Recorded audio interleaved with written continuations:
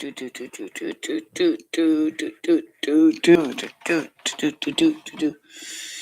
right, guys. Good morning, everybody. I'm MicheleMarieDalene, of course, and I'm a little grumpy.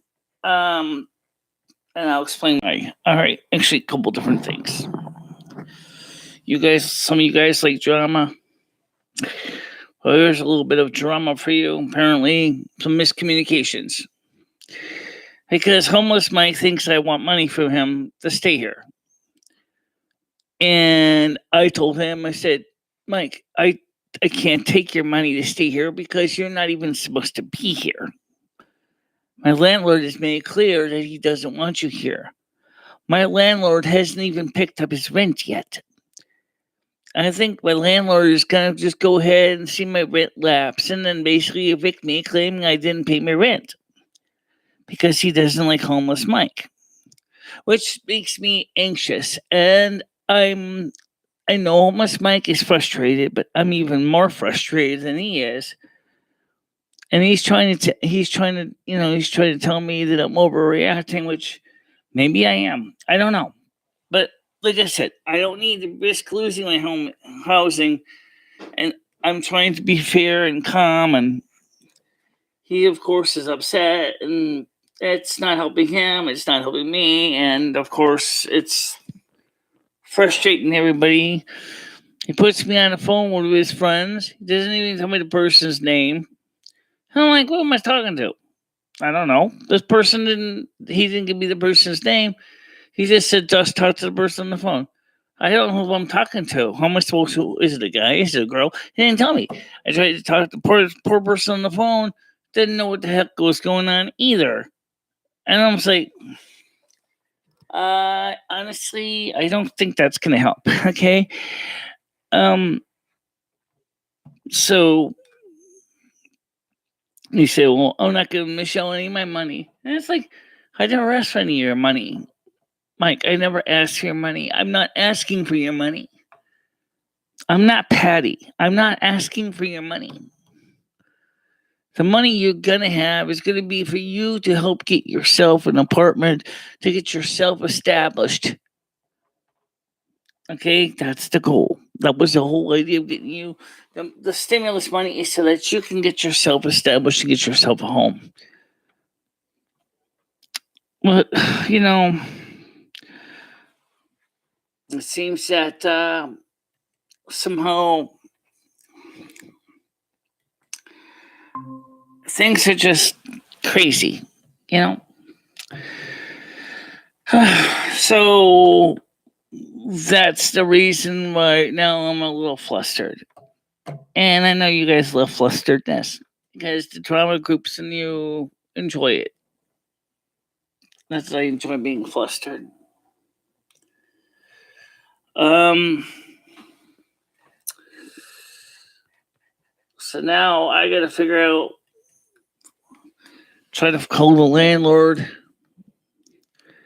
try to see if I can get him to come on a particular day to pick up the rent.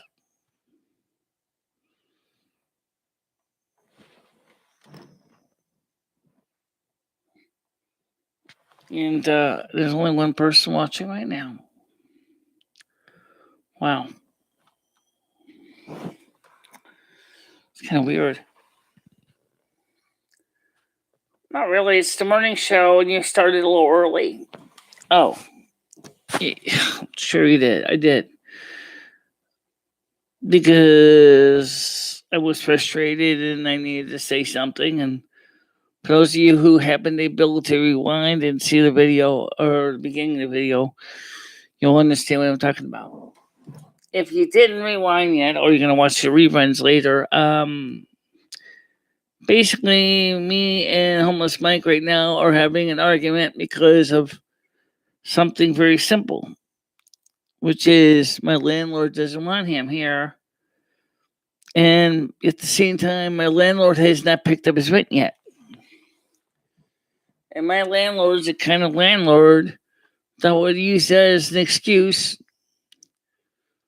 to actually then try to go to housing court and claim that I never paid the rent. He did that to a few other tenants. So, but then maybe he plain forgot. I don't know. It could be anything. But it's just very, very frustrating for that reason. Another more frustrating thing, which is maybe a little bit less frustrating, because at least it's not going to risk me being homeless, is I was looking at some of the stuff I was going to buy with the money. And to my dismay, the main thing of the computer is not a problem. Video card's not a problem. But I was thinking about maybe upgrading my amplifier or my stereo, which is something from the 1980s. That's when the problem starts. Let me explain. If you got an old amplifier like mine, there's parts inside that start to go bad. Now, I'm not going to go into detail about what kind of parts, but anybody who knows anything about electronics knows about electrolytic capacitors. So, unfortunately, the problem is, it's unless you feel like recapping an amplifier that looks like roadkill, because the veneers are peeling and the metal plate is kind of shot, and the 8-track motor needs grease and a few other things.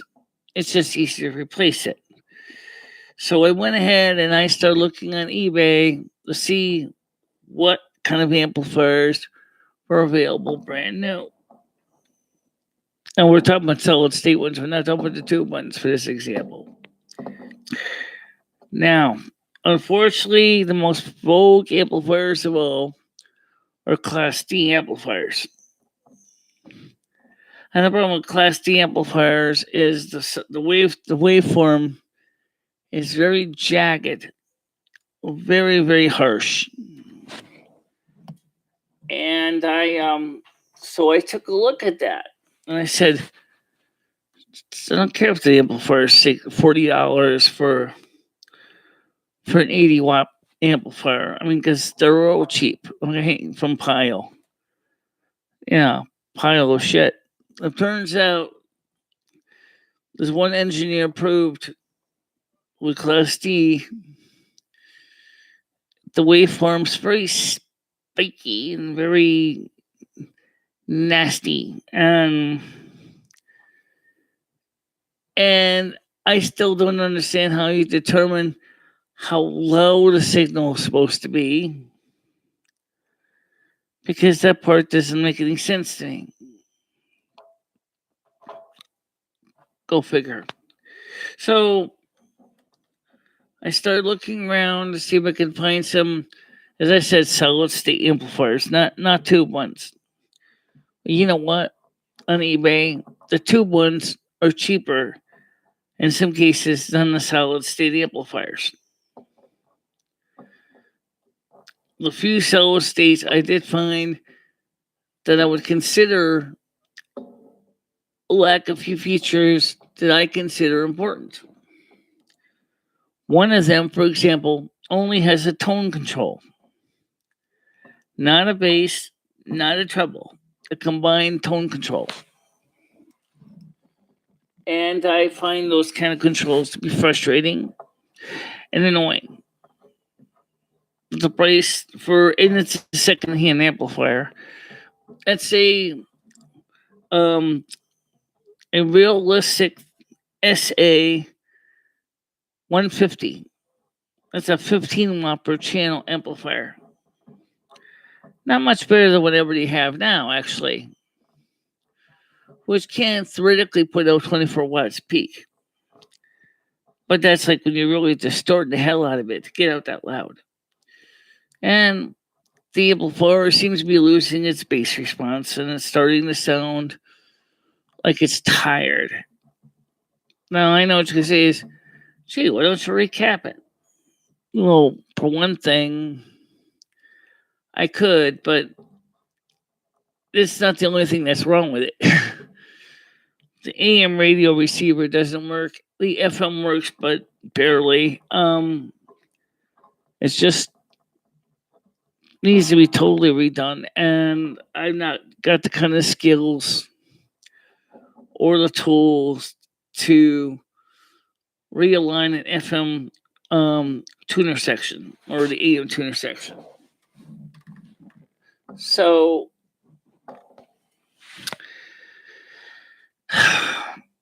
I looked to see what other amplifiers were out there, and just for the hell of it, 300, 400, and up. Okay, because remember now, almost all new modern amplifiers are using Class D. Now, the only exceptions, of course, but they're just as expensive as the tube amplifiers on eBay. Okay, I found a tube amp that looks pretty promising. It's about 10 watts per channel. It's an EL34 Class A single-ended triode amplifier.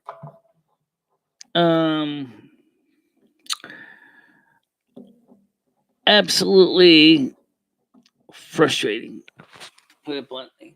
All right.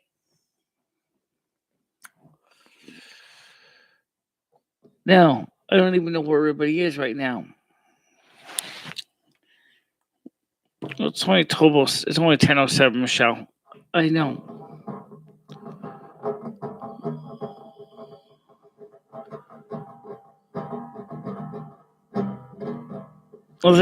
I think you're still a little upset about Mike.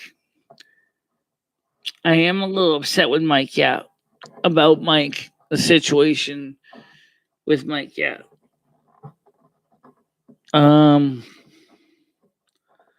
I know it's not his fault, but what upsets me with the situation is that I really don't understand the idea where he starts saying is, I want some of his money. You don't want his money. Why would he think you want his money? You don't need his money.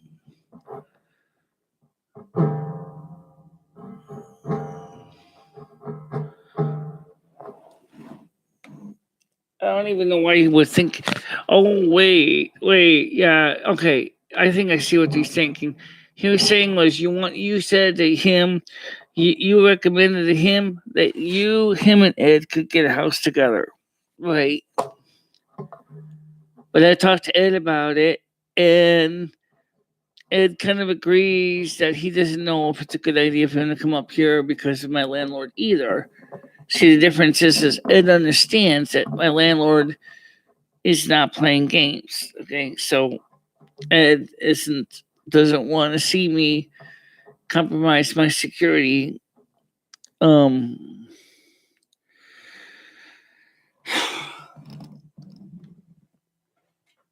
So what are you supposed to do? Can't do much. How are you doing? Let me turn my chat screen so I can see your chat here. It says, good morning, Michelle. Watchers, chat, and mods. Working and listening today. Okay. Well, right now, to my knowledge, there's only 3 watching right now. And if you caught the beginning of the show this morning, what do you think about what we're talking about? I'm just curious how you feel about it. I think it's kind of odd that the landlord, when he was by the building, hadn't tried to pick up the rent yet. And at the same time, homeless Mike is upset because I told him he has to go because of the situation that the landlord doesn't want him here. And So that's pretty much what the argument was about this morning. And then he gets mad, starts calling me names like some of the trolls on this channel were doing in the past. And I'm like, hey, wait a minute. He even tried to tell me to get out of my own apartment. I'm talking about homeless Mike. I said, you don't have the right to tell me where to go. I live here.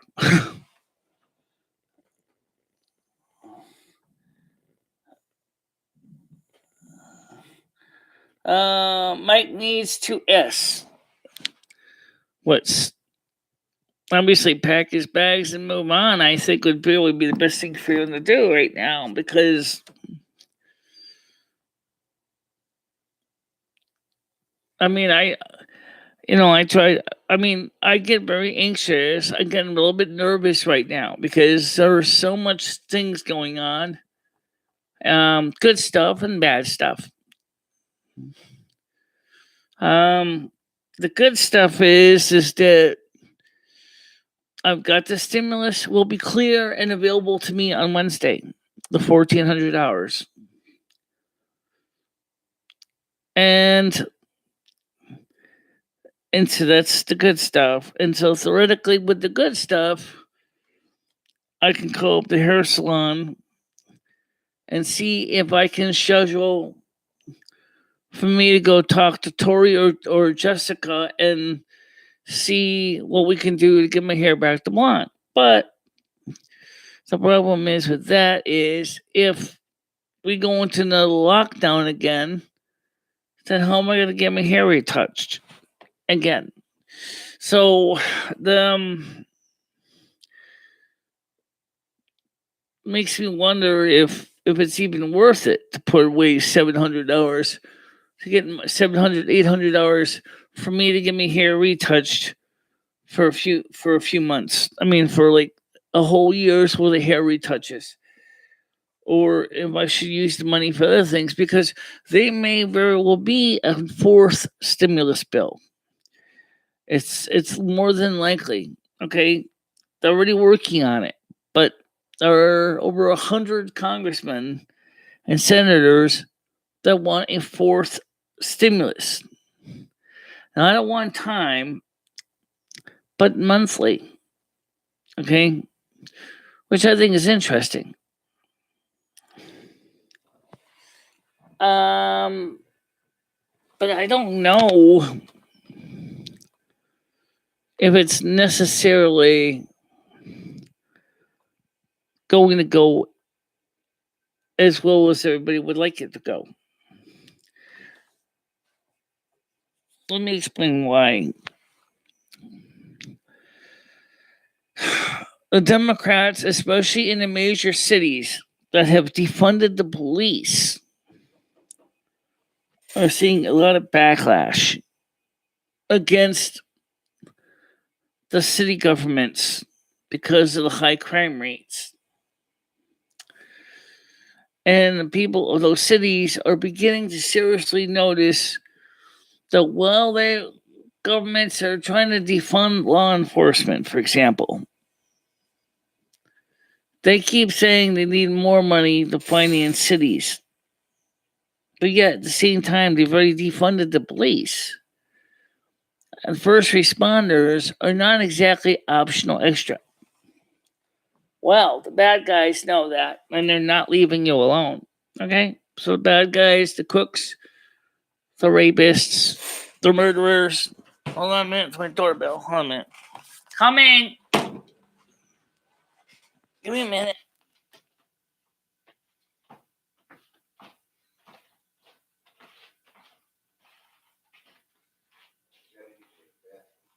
Get what?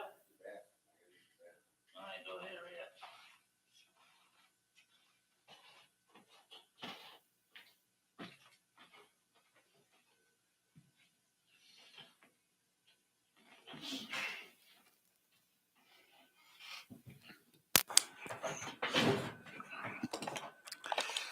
So the point I'm trying to say is, it was Mike. He said he's going to use the bathroom.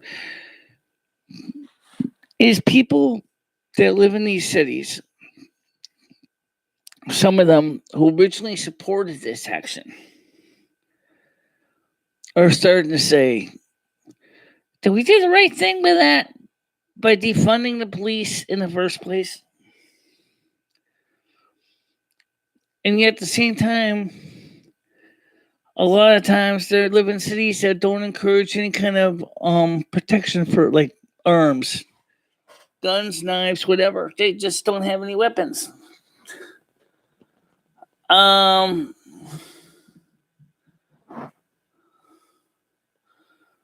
Oh yeah, I know. I know. I agree with the banks and corporations too.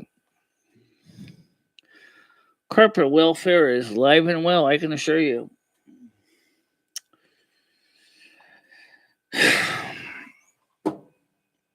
But the one question I have is, it seems like the pandemic just keeps perpetuating itself, going on and on and on and on. And I'm like, and Antifa and BLM are constantly doing the same thing and causing trouble in many places. I just don't understand some of the logic of what's going on in the world right now. And for example, try this on Precise.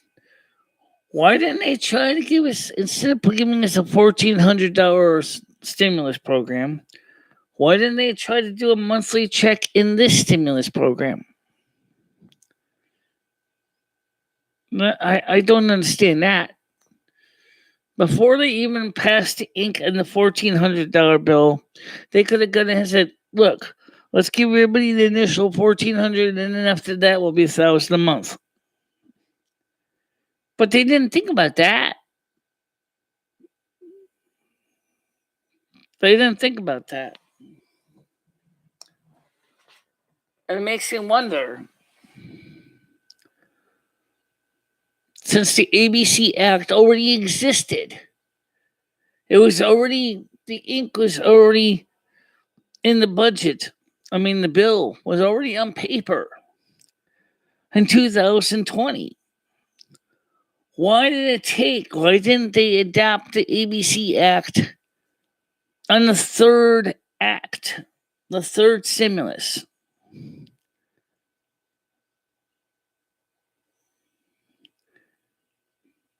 Now they're going to try to find a way to generate a fourth stimulus, or, now they're going to use a Build Back Better plan, the BBBP, the Build Back Better plan, to finance a fourth stimulus check, which could have been done in the first place in the third stimulus plan instead of the $1,400.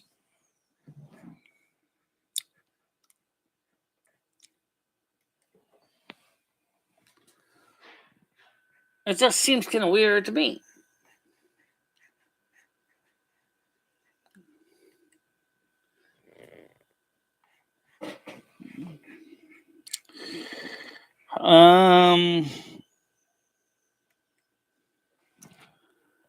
Sleepy Joe Biden can sign an executive order giving U.S. citizens a monthly $1,000 check. No, he can't. Not that. He can't. Because that's the Treasury. Because that's who pays for it. So the Treasury. Congress is the only one that has control of the purse, not the president. So he knows that. Okay. So the Build Back Better plan, for example, is why reason they're putting together in two sections. The first section is infrastructure. To repair roads, water systems, gas works, electric works, whatever, roads, bridges, mass transit. Yeah, but I don't think he really has emergency powers. To my knowledge, he doesn't have emergency powers for a pandemic. I'm not saying that they don't have a lot of executive orders in their quivers, but I'm just saying is I don't know one for a pandemic. I don't think the ones from the 1918 war powers pandemic orders would still be valid in this point.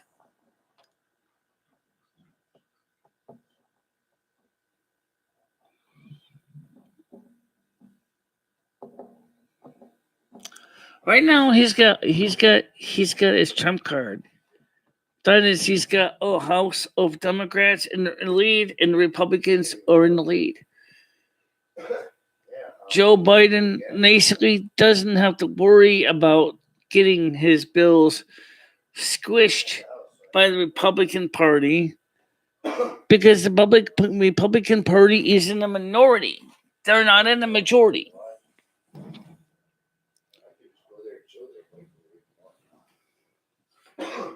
So,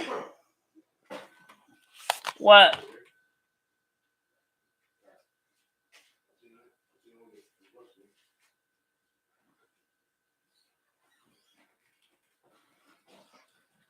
What? I need a pen. You need a what? Pen. A pen? Yes, a writing pen. I thought there was a pen over there. I thought there was a pen over there. I thought there was a pen over here too.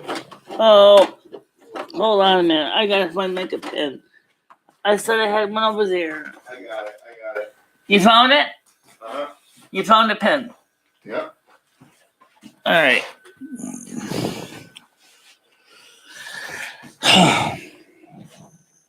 So where is everybody today? Hey.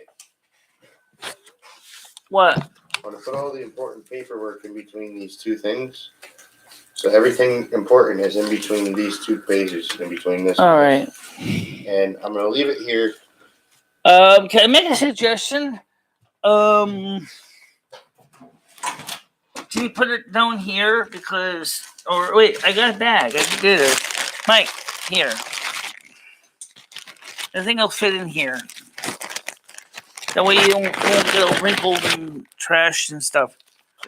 Listen, I'm not mad at you. I know, just hold on to that. I will. But I am not a retard. I just happen to be very anxious right now. Okay, I already explained that. I'm just very anxious right now. All right. So let me get this. All right. Is Mike caught up with some COVID?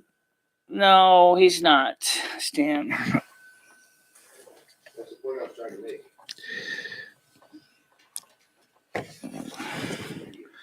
Too much of a cigarette smoke. Oh.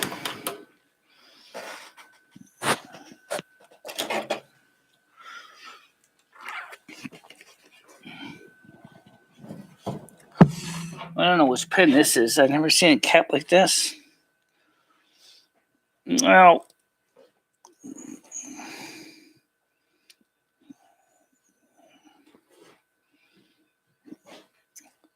this looks like a kind of cap you might use a braille eraser for braille cells, braille dots. I know what you're talking about, a braille eraser. Yeah. But I don't have one like that, though. All right. So anyway, that's... No. He's getting some mail here, too. So that stuff that he wants me to hold on to is the stuff that is associated with his mail. I usually bring it up and give him what he's got, if an email for him.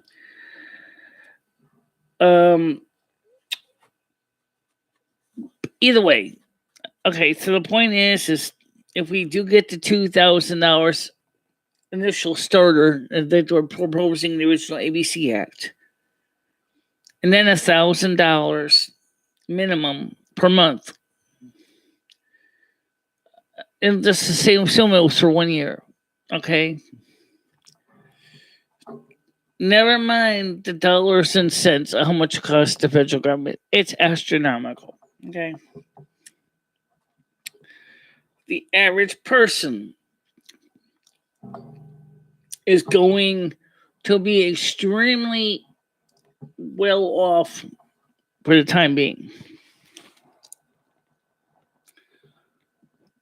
How do I explain that? It's amazing to think about, but it's true. Just a huge chunk of money. We're talking about, you know, if it's just for 12 months, $1,200 per person.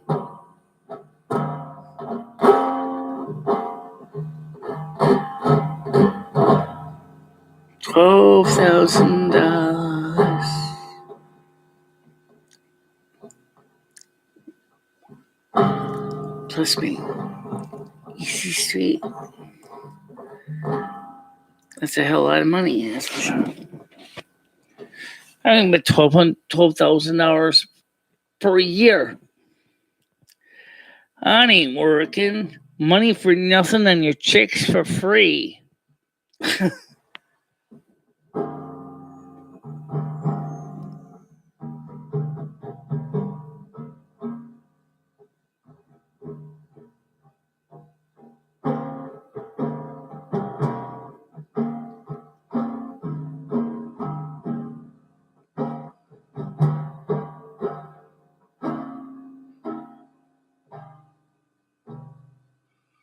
Money for nothing. Chicks for free. Just to sit on your big fat ass and breathe. Oh my God, what a concept. Yeah. All the HBO and Skinemax you could ever want. Money for nothing. And tricks for free.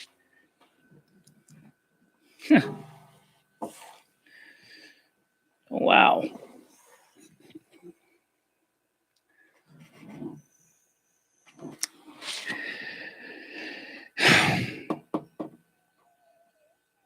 Something to think about. What are you going to do with all that money?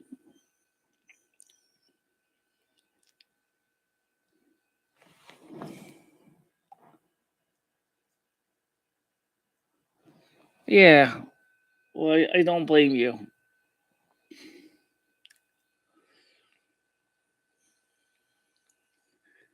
That's a lot of moolah if that happens. I hate to see what it's going to do to the Treasury. But if it does happen, you realize there's going to be a lot of homeowners going out and buying houses, and the real estate market is going to go nuts. How you doing, Blazing Leo?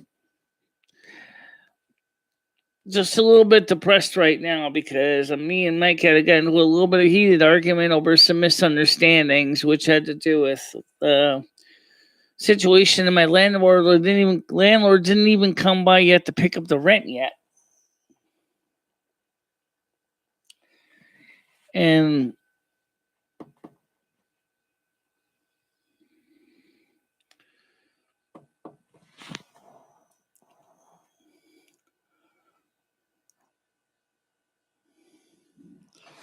I'm going to put out the panel link before I forget.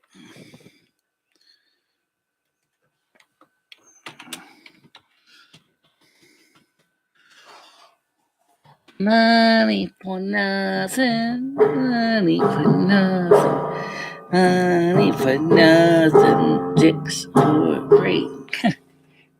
Okay.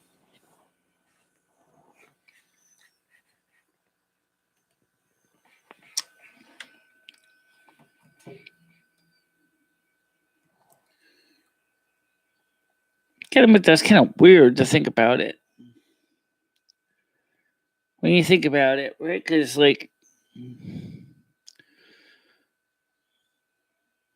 Of all the stimulus programs, what if they had done that from the beginning?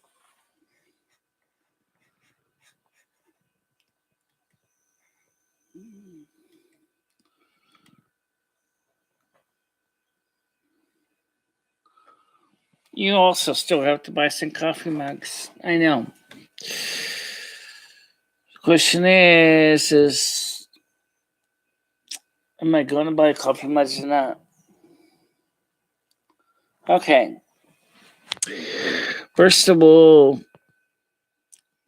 I still have to find a brand new pair of pliers to replace the ones that magically disappeared that I can't find anywhere. I looked in my toolbox, they're not in there. Those are $14 pair of pliers. And then, of course, I lost a lot of my screwdrivers over Patty's house. So I need new screwdrivers.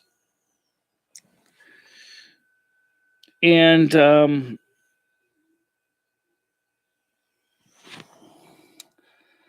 housing prices aren't going to fall anytime soon. Cost of materials is skyrocketing. Standard half-inch plywood costs $50. Yes, I know. I know, Stan. I know that. But that's because there's a shortage of loggers right now and millers to mill the wood. We're talking about houses that are already built. The ones that already have been built years ago. Existing stock. Right now, there's a good incentive for people to go get a mortgage because the interest rates are virtually zero. You can get a mortgage really cheap for a 20-year, 30-year mortgage fixed.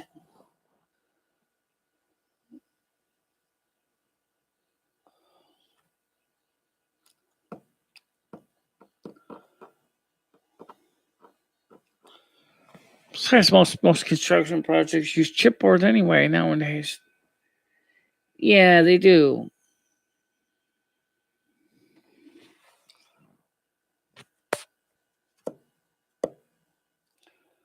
Oriented strand board or OSB or chipboard.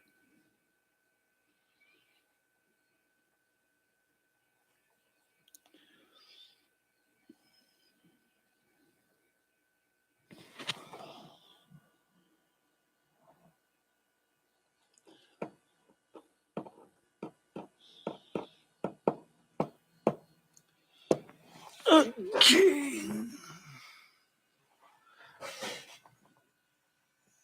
You still here, Mike?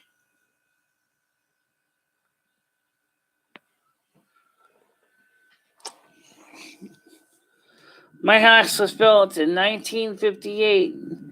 Needs repairs now and then. I'll be feeling the raising costs of materials. Understandable, yeah. You're right. You would be.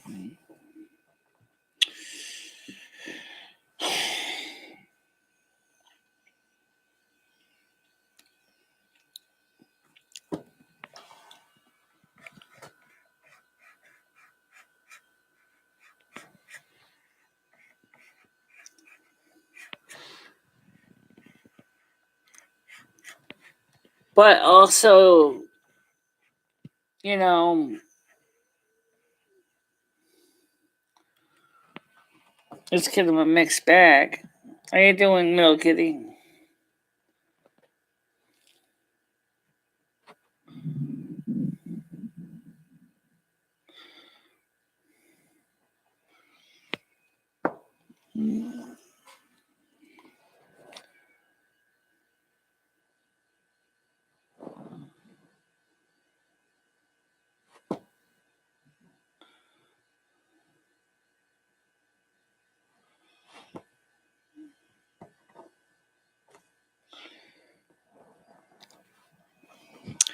It's a really slow morning today.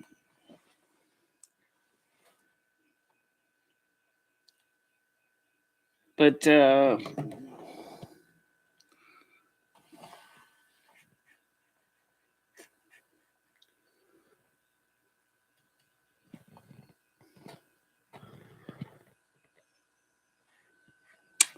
don't know why it seems so slow today. I mean,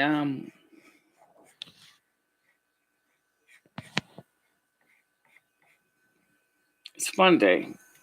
I don't know if it's that simple, Loom. I don't think it's just Monday. Although, that certainly is Monday.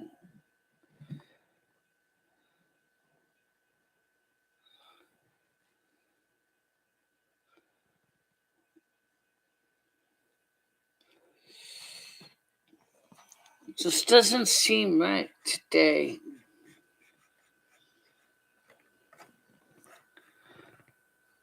Long day yesterday was Easter, Michelle. Yeah. I didn't do much for Easter. I had some ham meat. That's about it.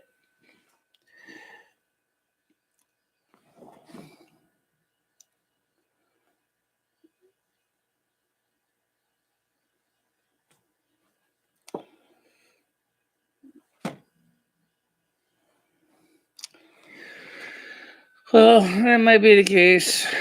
I don't know. I just think that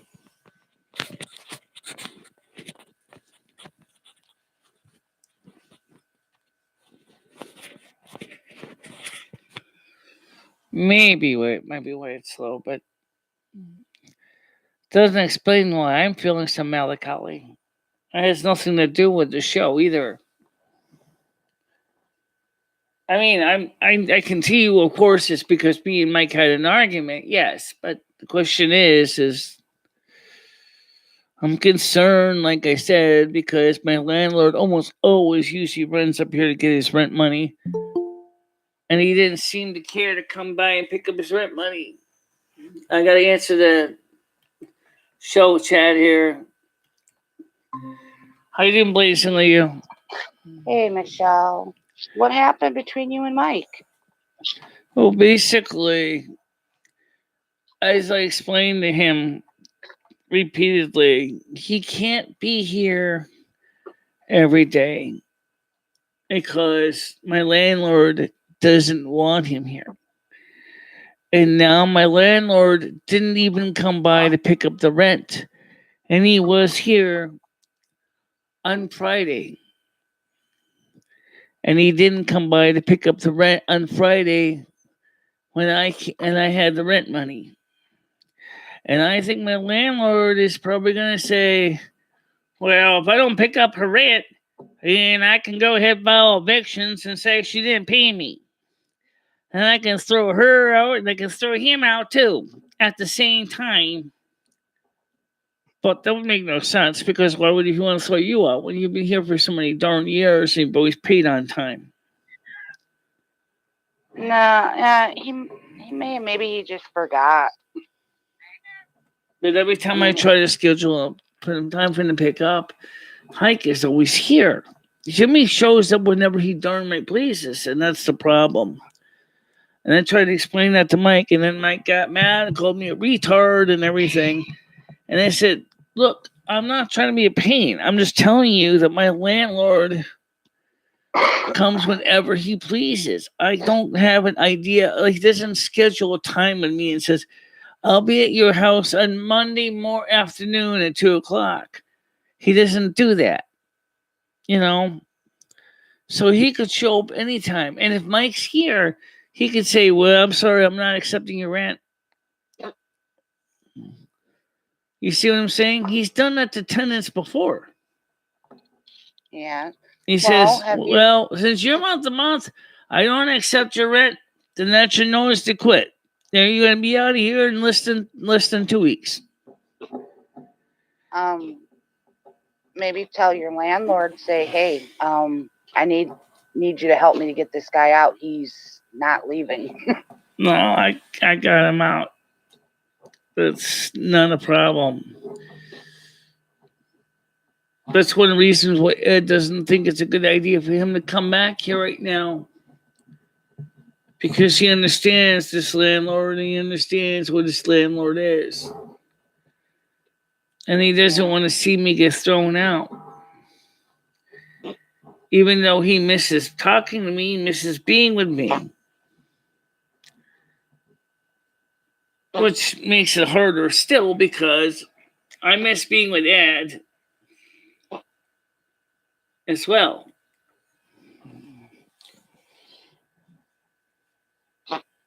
Well, his money's coming on the 12th. He's going to be able to do things for himself on the 12th. And then he says to me, "Oh, I wonder what the money I was going to give you." And I said to him, "I never asked you for money." And then like Lumi says, "Well, you were originally going to ask him if you wanted to move in with you and Ed. So you kind of did." And I said, "Yeah, but that's true, but if it's causing a problem with you right now, Mike should have enough respect for you to say, look, hey, I don't want you getting kicked out. You know, he should go. I mean, the weather's nicer. He says that, like and he then has he a lot of leaves for a few friends. days, and the next and comes back a few days later and says, "Oh, I need to stay here for tonight so I can get out for a job tomorrow." And then I wake him up like he said for the next day for the job, and the next thing you know, he says, who cares? I'm going back to bed." I'm like, "Excuse me. You told me you said that you wanted to use my alarm clock so you can get up for work. This is what happened on Saturday." And now, next thing you know, the alarm goes off. I wake you up as you requested, and then you tell me basically you don't care. Then why did you come here then? He sounds like he's scamming you now. Yeah, I figured that. Yeah. Well, next time he leaves and you get him out, and if he says, "Oh, I need to say," I told him closed. he has to have his stuff out in my closet by Friday. I told him that a couple days ago. I said by next Friday, which is this week, you have to have all your stuff out of my closet, or it's going to be in the hallway. There you go. Good. I think that's fair. You're giving him a week's time or whatever. Stan, I'm beginning to agree with you on that. But then again, he's been out there in the street so long. I think that's the only kind of life he knows how to act as like a cockroach. Sorry. Well, Michelle, you got to actually, remember, cockroaches are not even that bad compared to what some people do. I know you wanted to help them and everything, but the rule of thumb is if they don't want to help themselves, there's nothing nobody can do to help them. Right. So you've done your part. You've did as much as you can for him. It's time for him to take over and help himself now. Right. There's nothing more you can do for him. He's got the money coming in. He's got the stimulus. Right. He's got that coming into his H&R Block card on Monday. He's got the back stimulus coming in from the other two coming into his H&R Block on Monday. He's going to have $3,200 in his H&R Block card. He has the money to go ahead and put money down for apartment or rent. He's going to have the resources he needs to pay for first month, last month, and security. There's no reason why he can't do that. Well, yep, you've done all you can for him. He's a grown man. Right. He needs to start manning up and taking responsibility. And he calls me a mentally retarded person? Yeah, well, he's being abusive. That's being abusive and talking nasty. I mean, look. I do have a hearing loss. Absolutely. Okay. But. Well, next time he calls you a retard, I would say, well, this retard has her own place to live. This retard can stand on her own 2 feet. What do you got? I think he knows that. I think that's one of the reasons why he's mad is because he's trying to bully you. You're not retarded. He's just trying to bully you into. How do we know he's not retarded? He's definitely got some type of mental illness. I know he does. But I mean, the point is that I have anxiety issues, and that wasn't caused strictly by him, but was caused by the fact that my landlord didn't even pick up his rent, and he usually does. Yeah. by the 5th.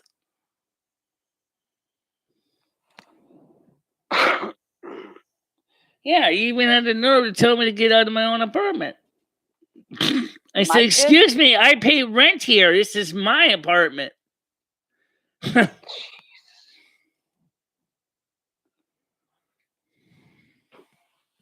Yeah, he's got to go.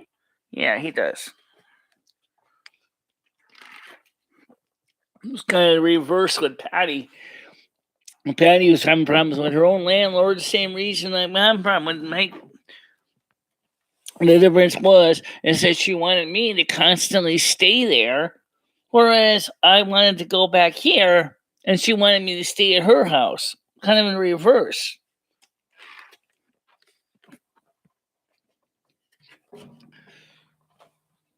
So,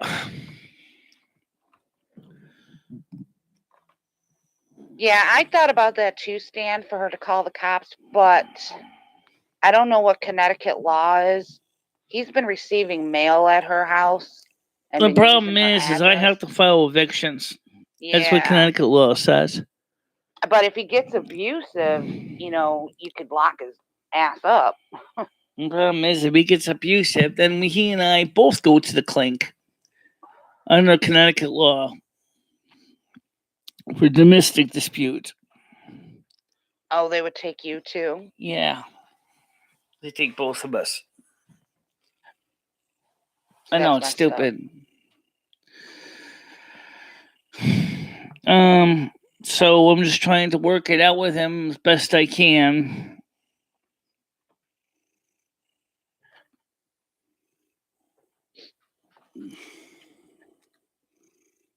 Yeah, and that's what I think too, Metal Kitty, is once he's out that door, I'd actually pack all his crap. Right, he doesn't even have a key. Not let him in. He doesn't even have a key to my door, so that's one thing he don't have. Yeah, I would just bag up all his crap, put it out the door, put a note on it, and say, "See ya." Yeah, I told him by Friday.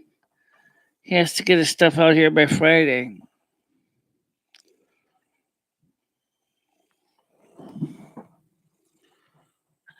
Yeah. Eviction notice. It was like something like $200 to file and have it served.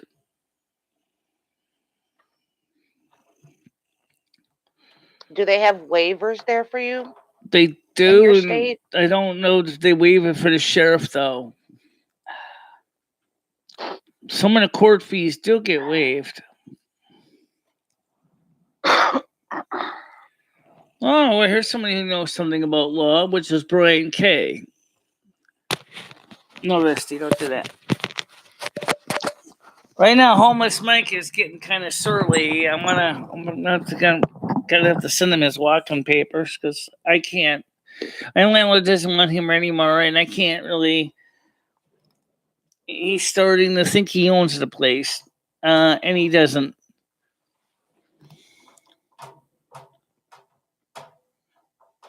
Happy Easter, Craig. Thank you.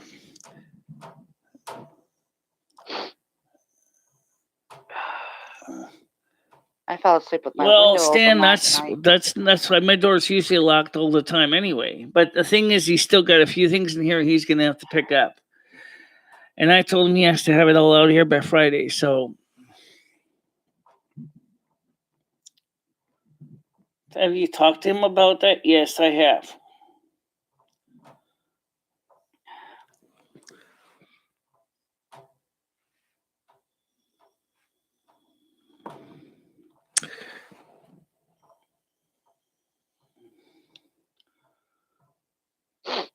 Yeah.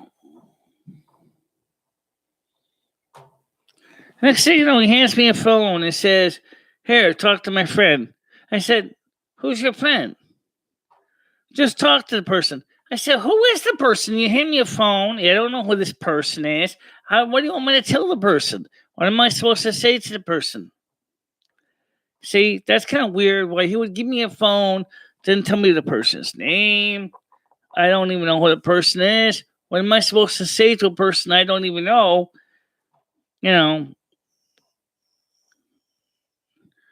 I think that was kind of weird. Like, what is he going to ask me? What is he trying to do? Get his friend to kind of like negotiate, basically saying that he wants me to stay here longer? Sorry, but the problem is, it's not me so much that's the problem. It's my landlord that is the ultimate. He's the one who wants him out of here. He is the one who does not want him here, as he is not a rent payer and he uses his water and his sewer and his gas for heating the water, and he doesn't want him here. So I have to get him out of here. And now my landlord didn't even come by to pick up the rent. My landlord does that when he wants to get rid of deadbeat tenants. He doesn't even go to the door to pick up the rent.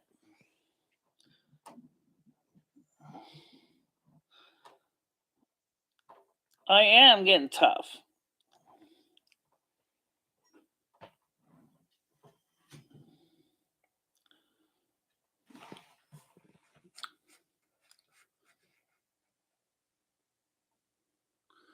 I mean, the good news is the weather is warming up. He can actually go camping now. It's not snowing anymore. There's no snow on the ground. The temperatures are moderate. Yes, he is getting his food stamp card here, but for some reason it hadn't been delivered yet.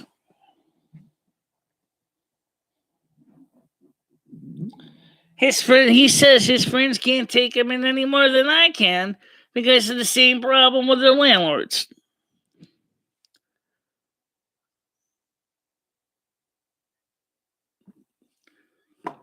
Well, then that should give him motive enough to get his own place.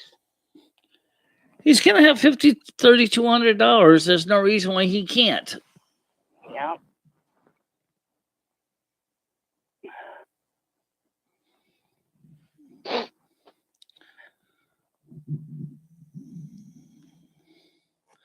Possibly. Even my landlord told him right to his face he has to leave.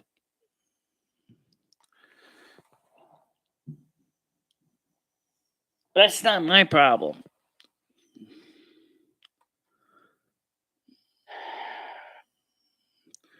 We all know the story about the grasshopper and the ant, right? The ant tries really hard to put the money aside so he can make sure to prepare for himself for the winter. The grasshopper just parties hardy, and then the winter comes and the poor grasshopper doesn't have a chance. Yeah, we know the story.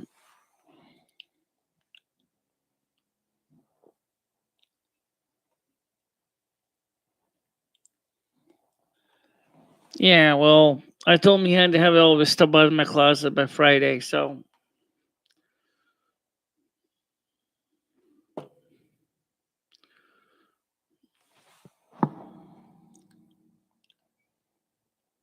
He is not a renter, I know that. No, I'm not a cop caller. Don't we already have enough of that problem already?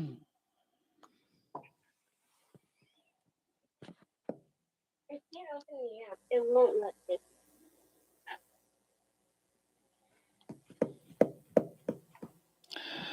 How does he respond to you when you ask him to leave?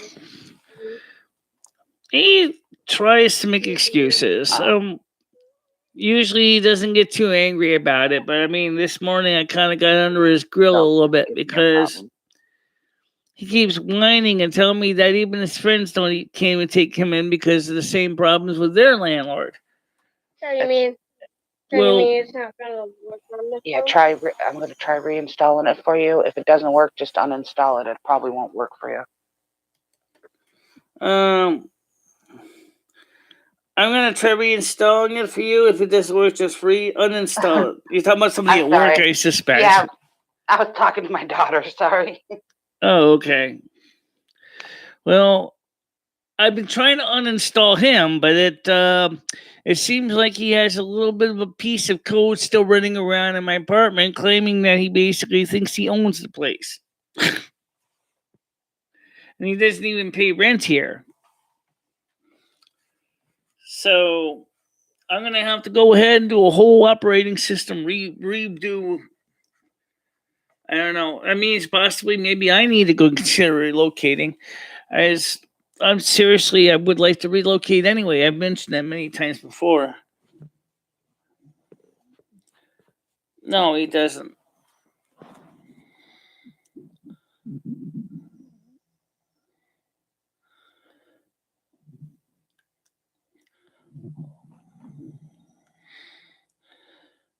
Well, unfortunately, he don't.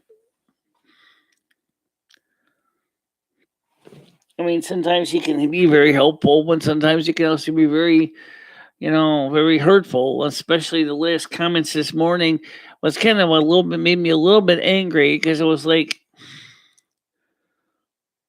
and I told him, I said, look, I've explained this to you over and over and over and over that you have to get out in the morning because I haven't even paid my rent yet. My landlord didn't even come by to pick up the rent. I have to schedule for him to get over here to pick up the rent. If your landlord sees you, he's going to flip a friggin' tree and refuse to collect my rent. You have to leave. And he's like, and he starts getting mad and calling me a retard. I said, I'm not a retard. I'm just telling you that I already told you this over and over again. My landlord has told you over and over again. You can't be here. Okay? My landlord, if he doesn't like a tenant, he refuses to collect the rent. And then he files evictions and saying that the tenant never paid the rent. It's just kind of stupid because considering the fact that the tenant more than likely is probably trying to pay the rent, but the landlord refuses to collect the rent.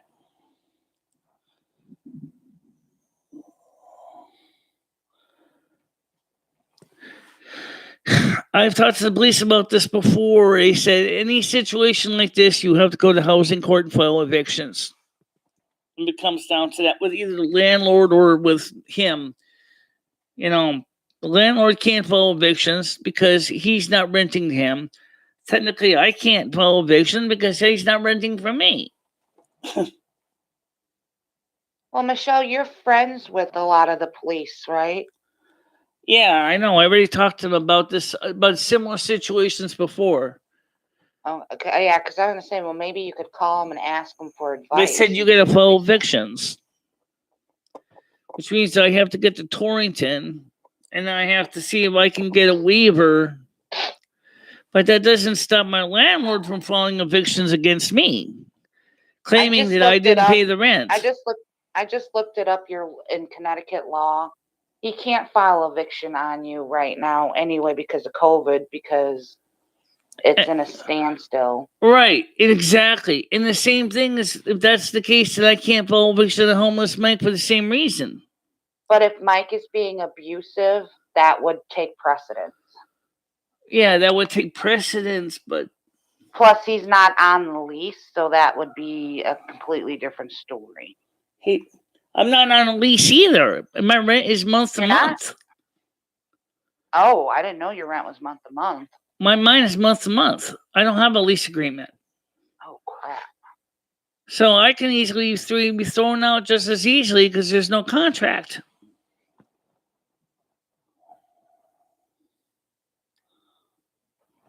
How you doing, Charlotte?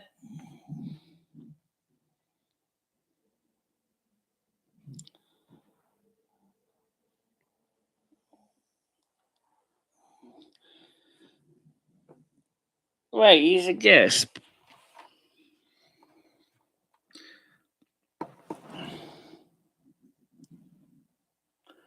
Because my landlord wants him out.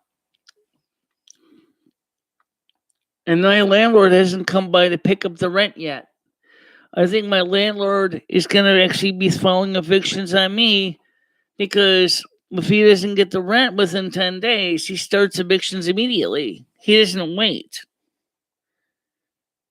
Even though I have the rent money for him.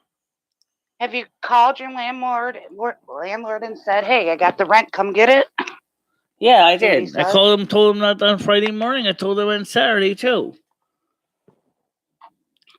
He said, yeah, I'll get it when I'm ready. Yeah, well, he may just be busy, Michelle. Yeah. It was Easter. The weather's getting nice and everything. He's just been busy. That's possible. Yeah, but what about the fact that Mike has been smoking Morning, Mary Charlotte. Jane in my apartment, though? Won't I He's be smoking pot in prosecuted your for that? apartment too? Oh my God!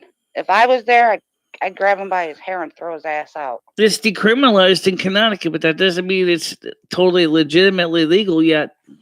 Well, it doesn't matter. He's not respecting you. You can't handle smoke, and he's still smoking in your Mary Jane apartment. doesn't bother me so much, but the cigarettes do. He has tried to cut back on the cigarettes, but the problem is now he's smoking pipe tobacco. Oh.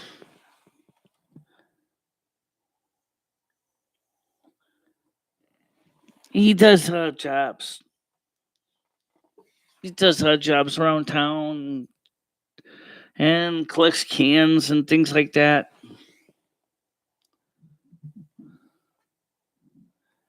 He's not even in here right now. He's out. He already left. Yeah. I mean, if you're gonna stick to the Friday thing, just like you said, if his stuff isn't out of there by Friday, bag it up, put it out in the hallway. When he leaves, do not let him in. Do not let him give you a sob story. He has no place to live. Right. To say, oh well, too sad. Not my problem. What did you do before me? Yeah. Well, normally he goes over to Sherry, but then Sherry says she doesn't want him there either because her husband doesn't want him there. So that's our door's always locked. Yeah, I agree, Charlotte. I told her it's like she's done all she could for him. It's time he needs to make the decision to change for him, for the better for himself. There's nothing more she can do for him. So no guilt on It's Michael kicking him out. Vitale. I don't know if he has a middle name. Michael Vitale.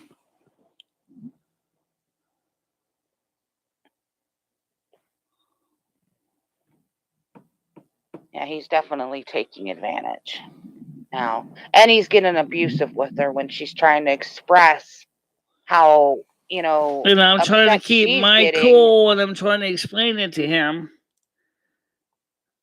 Can you spell his last name? Brian wants to know. It's Vitale. Let's see if V-I-T. It's almost like this showed up in the closed captions. Vitale.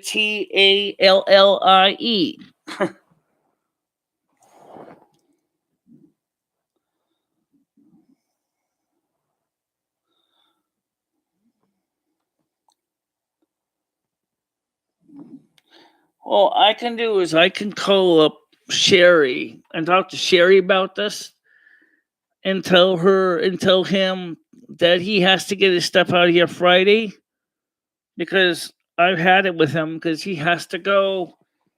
I will call him. Could Sherry's husband help? Could Sherry's husband help you? Yes, he can help me get the stuff out of here. Yeah, I think that's a good idea. Because I think Sherry can also explain it to him pretty firmly. Look, Michelle has already told you you can't be there anymore because of her landlord. And she's told this to you multiple times.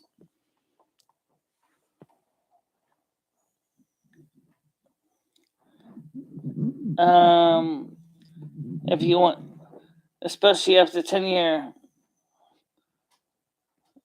Italian, huh? Hey, wait a minute. I'm Italian. I'm not a bum.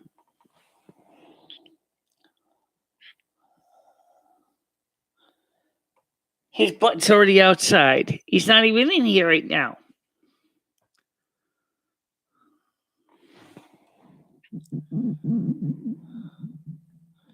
He does want to get a better life, but he doesn't get paid from H&R Block until Monday. Well, he tells you he wants a better life, but let's be honest, it's relative, okay? Yeah. It remains to be seen. It'll be interesting to see when he gets all that money what he actually does with it. No, he does not have keys to the door.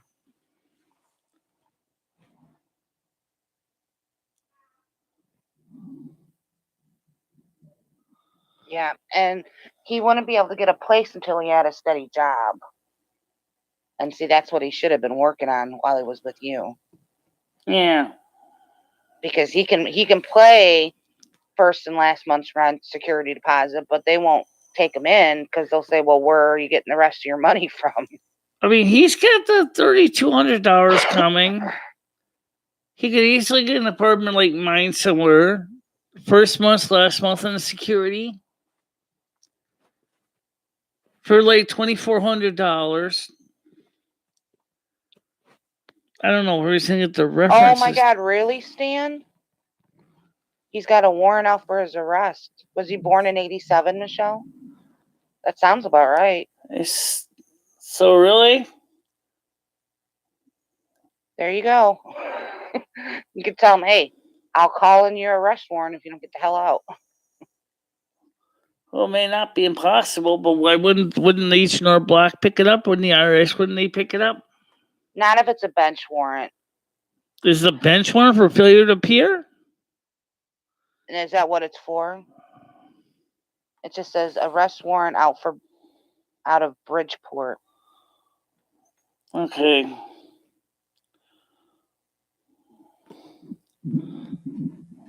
Yeah, I know it's not, but He's in his 30s, Brian.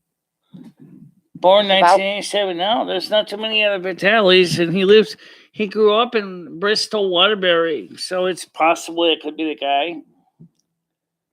That sounds almost right. 1987. He's in his 30s. He's in early 30s. Oh, criminal mischief, 2nd degree. Criminal mischief. Ah, okay. That's probably him. Is there a reward for him for his arrest? That's hilarious. Well, I'm going to talk to him about it. Because, I mean, if that's the case, I mean, I think he's probably going to wonder how the hell I found that out. What is an FTA? Should I talk to him or should I call the Winston police and tell him that there's an arrest warrant out for Michael Vitale and the jerk has been living in my apartment? You could do that. That would get rid of him faster. Yeah. I guess I could. Rearrest was ordered back in 2008. Wait. What? 2008? What do you mean here? People like him really annoy me. Someone like this, Michelle, helps him, and it takes the garbage. Yeah, he's. I think he appreciates Michelle, but I think he knows he can run one over on her because she's got such a big heart. And now that his time is up, he's going to start bullying you to try to, get out of you more than what you're offering. Yeah. Michelle is now a bounty hunter. Yeah, but no, here's what I'm concerned about is, unfortunately, unknowingly, apparently I've been aiding and abetting a person who's been evading arrest, and it makes me guilty too, isn't it? Well, you didn't know about it. Now that you do, yeah, they could if they wanted to push it. So I would call and find out. Say, hey, he might be the guy. Yeah. But he already went to the Winston police office to get some things done. Don't you think the Winston police would have known if it was him? That's weird. Doesn't his name show up in the database anywhere at Interpol or anything? You would think it would. What did he have to do at the police station? He wants to know how we can. Wait a minute. He said he did do probation. Okay. So if he did, he's getting like verbally abusive, Charlotte, calling her a retard and just getting mad because I told him he needs to start getting ready to get out of here. No, he's not been violent. I don't think she knows his middle name. 1987. Okay. 1987. First of all, how many years ago is that? I don't Well, know. I was born in 78. I'm 43. So that would make him about 33. And he says he's 33. And then it's probably him. I don't know his middle name.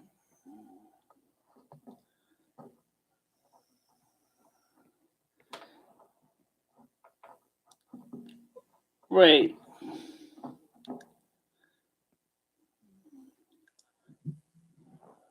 Wait a minute. Oh, wrong guy. Wrong guy? Stan says it's the wrong okay, guy. wait a minute. That's a good thing. I'm glad you found that out, Stanley. Where was this guy born? Because this Michael Vitale was born in Waterbury Hospital. I mean, the name Vitale isn't exactly that rare. Now, but it's Delaney. Now, that's rare. Well, my last name I thought was rare until I did the ancestry thing, and I found a whole lot of people with my last name. I think it's for property damage. No, well, I'm not saying that he couldn't potentially get himself into a heap of trouble with the police, because he certainly probably has been in trouble for drunkenness and breach of pieces, I'm sure. I don't want to push it with that, but I just basically, I just want him to just peacefully pack his bags and go. Because, I mean, I've already explained to him repeatedly that my landlord doesn't want him here. I just don't want to get in any trouble. I just want to just have him just get out, I helped him out as best I can. He's got his H&R Black money now. I know it's not a tremendous amount of money, but maybe once he gets that money, he said he was living in the homeless shelters for a while, but they were doing drugs and everything in the shelters, and he didn't want to be involved with the shelters. Okay, that's fine. I get it. All right. Well, if you can get an apartment with that money, maybe he can get on state something. He can also get on disability benefits. Yes, he has outstate his welcome.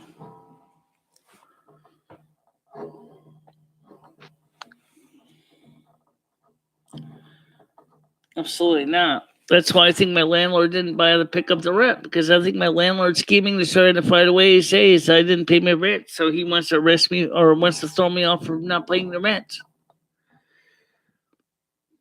I can't confirm it, but I've seen him do it to other tenants in the past. If he doesn't like you, he doesn't collect your rent, and then he files evictions and says that you didn't pay him as you were supposed to.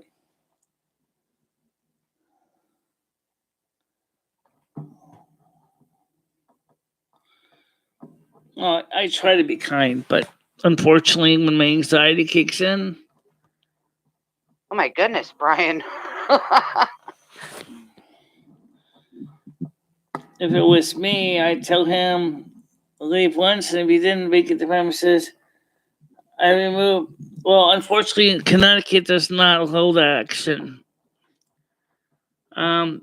Connecticut does not allow you to have firearms in the state. It's a democratic state. That's why.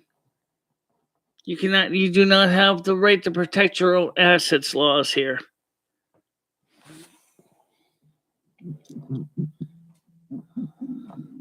Oh, so he doesn't have a warrant. He served his time. First degree arrested 2015 at Winchester, Connecticut. 6 months jail, suspended sentence, which would relate to the probation that he talked about. Yeah.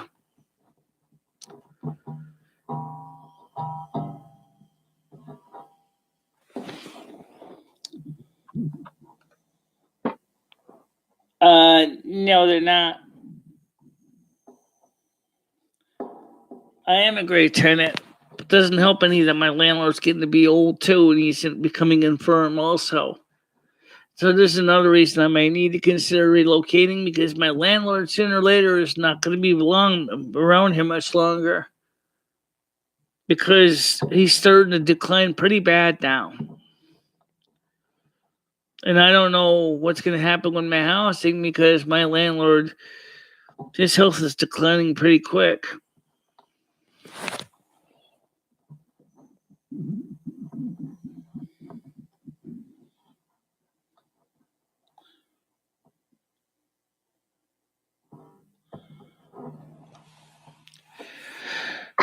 Well, maybe here's what I'm wondering. And I mean, could it be the problem is twofold?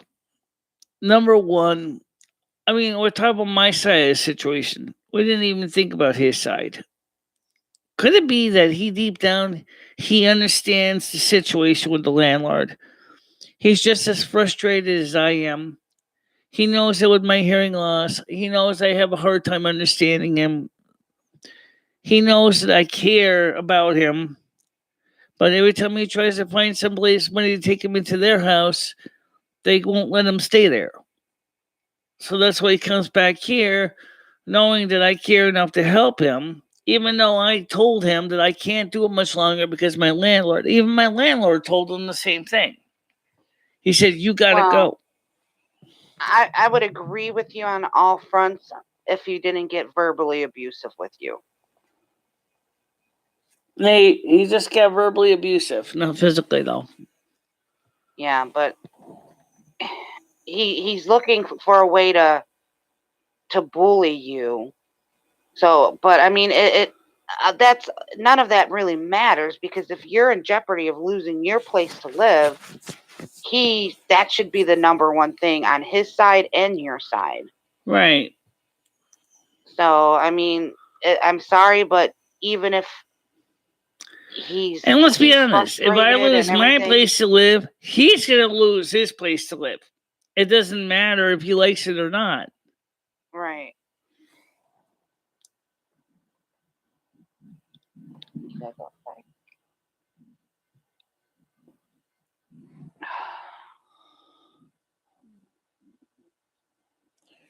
Yeah, well, like I said, maybe now, like I said, he does not have a key to the door. I can put his stuff in the outside on Friday, and if he wants to come in, I can just tell him, nope, you're not coming in. And I can call Sherry and I can ask her and Sean to explain it to him simply that he can't be here anymore because my landlord does not want him here, and my landlord's already told him that in person.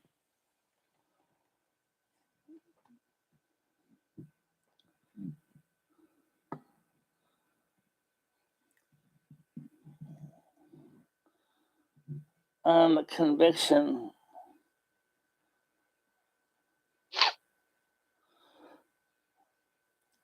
Okay. Yeah, well, we were having that problem on this channel many years ago now, haven't we? It's not really fair, but it's what they do sometimes.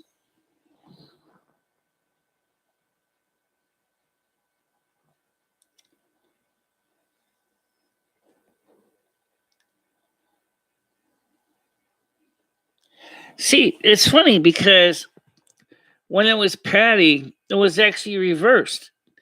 Let me explain why.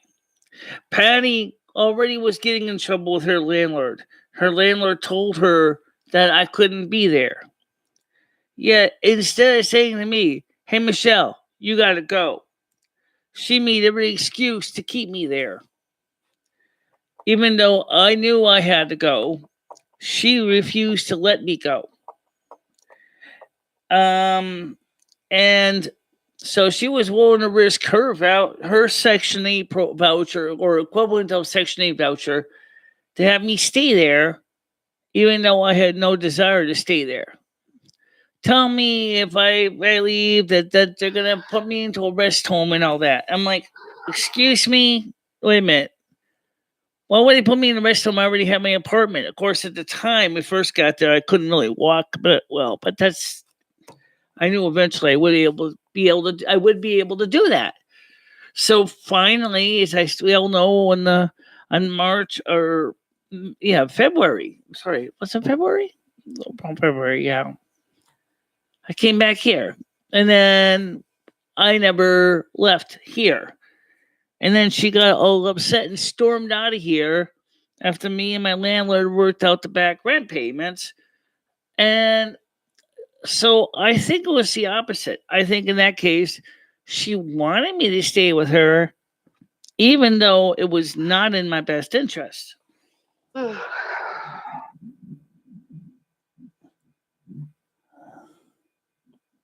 but she was controlling and abusive, right? She was controlling and abusive too. Yeah. But for the opposite reason, that she was willing to risk her voucher to have me there. Even though I did not want to be there.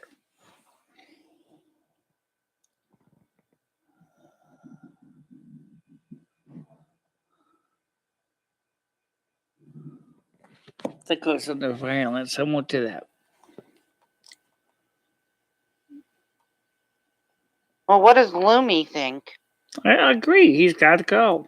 And I agree. Maybe Michelle should talk to his ex-girlfriend, which is Sherry, and have Sherry explain it to him straight out that he has to go.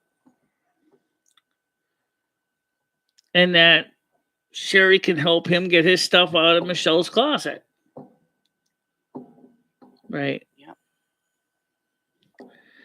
Now, I'm curious if you say, criminal mischief. What kind of criminal mischief? I mean, oh,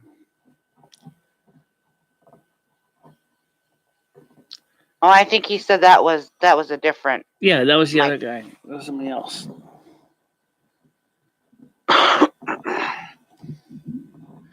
Yeah. Well, I'm sure I can get some of my talk to Sherry about it.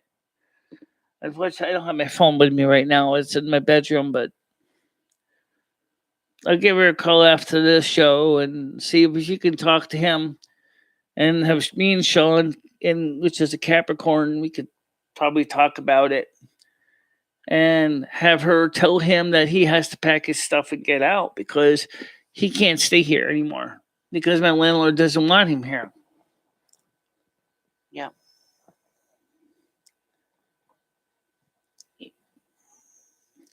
Why don't you get Sherry on the show? You really think we should? You got her phone number on the Google Voice, don't you? Yeah, I do. Okay. So let's see if we can get Sherry on here. We can all discuss this together. Yeah, there you go. HTTP I'm at BOICE.google.com. Okay. Let me see if I can find her number. I know it's in here. She has a couple different numbers. She doesn't have that many numbers. She only has one. Oh, okay. Well, she has two, but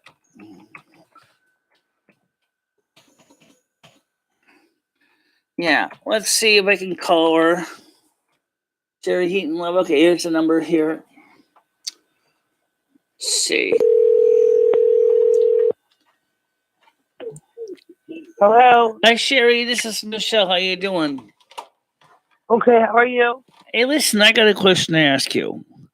Can you please take a time to talk to Mike and tell him that he has to go because my landlord refuses to have him stay here anymore and that he has to get his stuff out of here by Friday or it's going to be placed in the hallway because I need him to get out of here as soon as possible.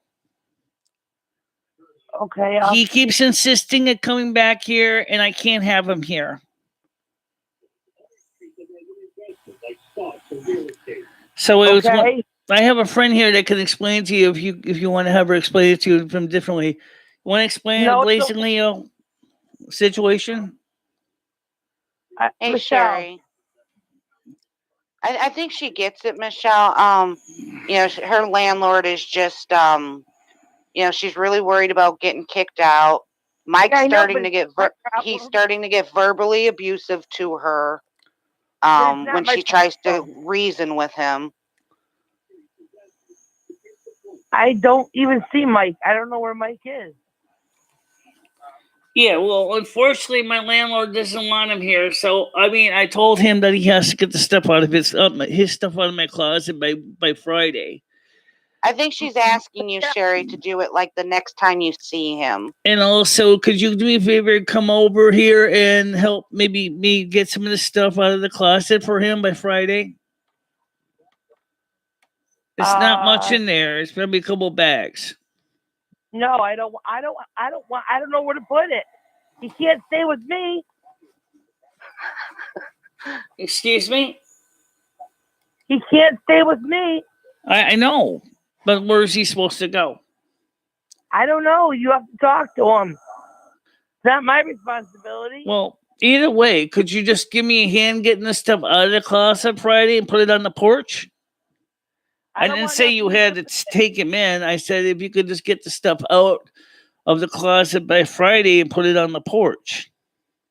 I'll tell him you said that, but I'm not gonna. I'm not want nothing to do with it. Yeah, I know, but I need some help here. I need you to at least definitely tell him he's got to get his stuff out here. And I don't want him back in my apartment at all because he's going to probably think that he can stay here again. And I got to have him get him out of here because he makes a mess of my place too. I'll let him know. All right. And tell him if he wants, he can come by with a police officer and pick up the stuff. Because I don't want him here by himself anymore. I want him, if he needs to come, he should come with a police officer. Okay. Because I don't want him here because he's starting to get kind of unruly, and I really don't feel it's good for him to be with me alone. I think he needs to go. So tell him he should contact the Winston police and ask him to come escort him and get his stuff out of here. We might have to do that. Okay. All right. Thanks, Sherry. Thank you, Sherry. Yep. Bye-bye. I gotta hang up. How do I hang up? See, that's a smart lady. She's like, I don't want to be involved. Right. I know she doesn't want to get caught in the middle of it either. But like you explained, it's not just, it's like, my landlord's already made it clear he can't be here. So now, obviously, my landlord, he might not be picking up the rent because he knows he's here, and so as long as he says I didn't pay him the rent because he didn't pick up the rent, then he can try to tell the housing court that he should have the right to evict me because I didn't fill out the CDC COVID-19 waiver form. But Michelle, you have the rent. You have called him and told him you have the rent. That will show up on your phone record. That'll get thrown out of court. He can't just evict you because he wants to evict you because you don't have a place to go. Right. So I think you're okay. I think you're stressing. I mean, he may threaten it, but I don't think he will evict you. Oh, I've been around here for so many years. Not that fast, anyway. I've been around here for so many years, almost 17 years. Over 7. That's a long time. And he knows you're a good tenant. I think he's just frustrated because maybe he knew, Mike isn't this great guy, Yeah. So I think you'll be okay. You just need to get Mike out. You need to make sure he stays out, and he's outlived his welcome now. It's time for him to fly away and be whatever he wants to be. It's up to him to change his life now. Well, I hope he doesn't try to kick me out, but it's just that my landlord has done kind of things like that before to tenants that he didn't like. Yeah, but I think he likes you, Michelle. You pay your rent. You're quiet. Yeah. I mean, besides for this thing with Mike, you've never had an issue with him, right? Well, the other time we had a problem was with Ed. It was kind of a similar problem. But the one difference is Ed respectfully understands that Jimmy doesn't want him here. Right. That's why he doesn't know if he's going to be able to come up to Winstead because he wanted to come up to Winstead, but he doesn't want to see me end up homeless because he knows that Jimmy doesn't want him there. Right. Well, and before Ed gets there, if Ed put or if Jimmy put Ed on the lease, would that be okay? Or well, in the case of Ed, Jimmy has his own reasons, is because Ed originally, the housing authority told Ed that they reported the violations about the apartment to the building inspector, which really wasn't Ed's fault. And Ed kept saying he was going to stay, and then he was going to leave, and then he was going to stay, and then he was going to leave. So it was just kind of flip flopping around a little bit, and that made my landlord really angry at him because not only because he supposedly, couldn't make up his mind if he was going to stay or leave, and then of course there was code violations in the apartment that needed to be fixed, and that was the housing authority that reported those housing violations to the town of Winston. That they were fixed eventually, but that wasn't really its fault. But the constantly staying and then leaving, then going, then coming back again, asking to stay again. That was an Ed thing where it was flip flop. By the way, Ed and Mike are both Tauruses. So they tend to do that. So it's another zodiac trait of their sign, which doesn't make it easier.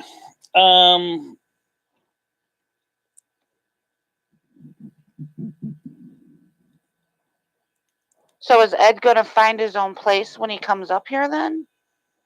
Yeah, he said if he's gonna try to, if he decides to come back, he said he might try to go ahead and see if he can get a room at a motel for a while.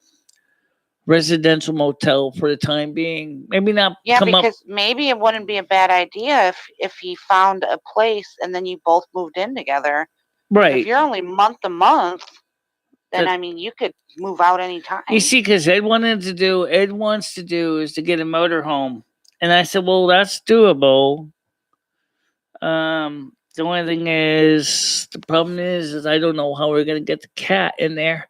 I don't know if Rusty would be very comfortable riding in a moving house.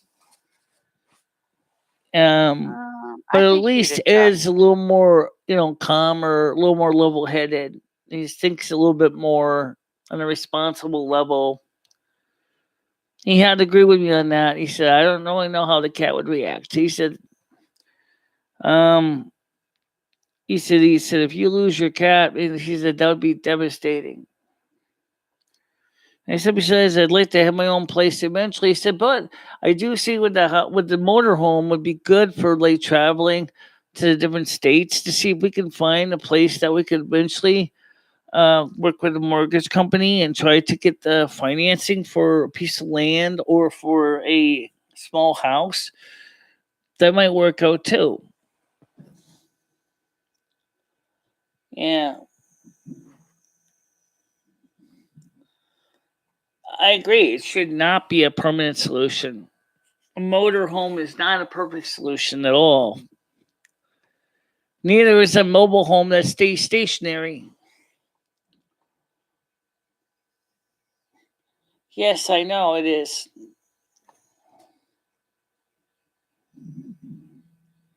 Yep, that sounds like Ed's all right. 10 miles a gallon. We've got like 11 on his. He used to drink gasoline like it was beer.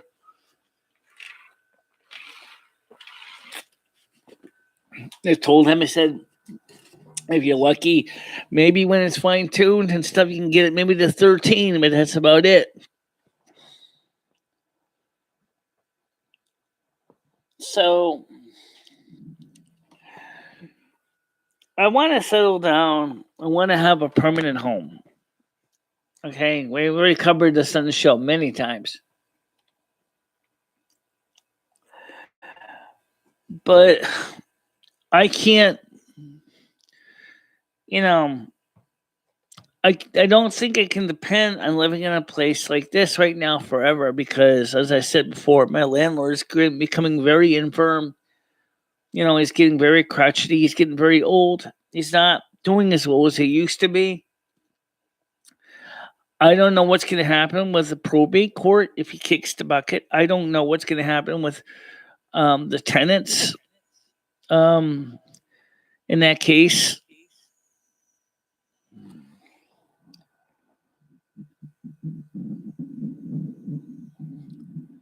So we did that. We had a motorhome already. Ed already had a motorhome. So the tree fell through it. But he had one. He already had a motorhome. So He likes the life, but me, I'm not really too sure what I want to do for every day.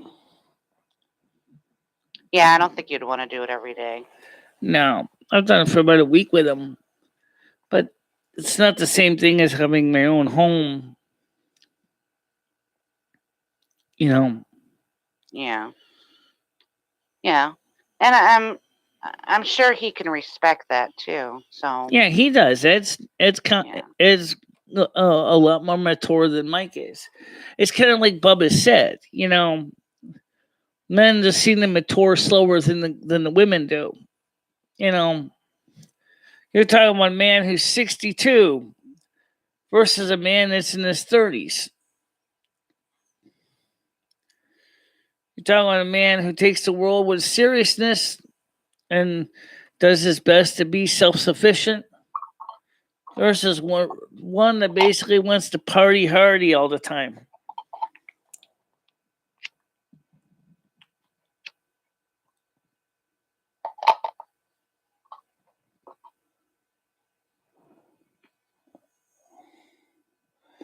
Yes, there are many places. That's a great question. I have to check with Zillow. I didn't see a lot of them for rent because I've been looking for houses to buy, and there is houses nearby and land I could buy for like $30,000. I'm gonna pull up Zillow. Actually, let me pull up Zillow right now and just double check my zip code here. Okay, so that's a good thing to check. I'll just go on to Zillow right now here because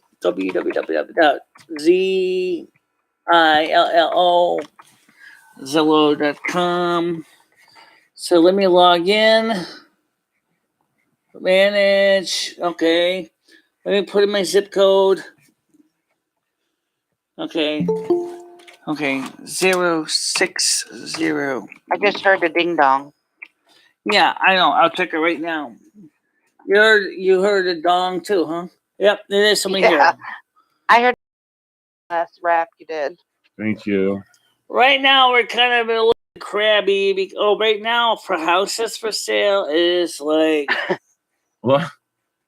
She's having problems getting Mike out. She thinks she's gonna get evicted. Yeah, I just caught the show about 10 minutes ago when she was calling Sherry. Yeah, Michelle, you know what? You can make this real simple, Michelle. Get me like a cheap $100 flight down there. I'll come evict myself, Michelle. There you go. That's cheaper than an eviction.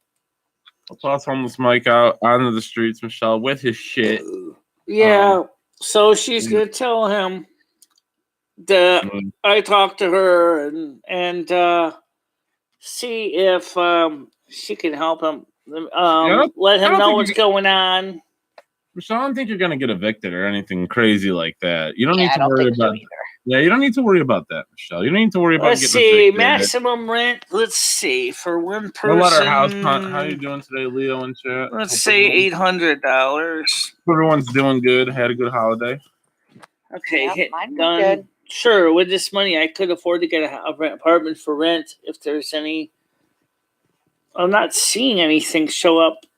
Michelle, did you do anything for Easter yesterday? $800 in Winston? For Michelle, one bedroom, one bath. That's why you have houses. Michelle, no, I'm gonna win this one. Oh, Michelle. That's why you have houses. See what houses and apartments. Okay, Michelle, let's see. What? Looney. Did you guys do anything for Easter yesterday? Well, right now I'm just trying to figure this out. Okay, fuck me. You got me. You won this So let's see, Michelle. Right. You said the thing. I knew better, Michelle. 06098 red rub to 900. Let's find this house, Michelle. Let's do this. Yeah. No, you're right. All right. I'm sorry.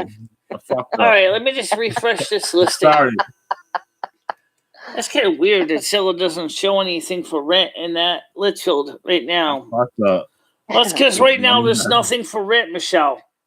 Oh. I haven't had my coffee yet, so I don't have the fight in me, Michelle. There's absolutely no houses or apartments for rent right now in Winston. Later.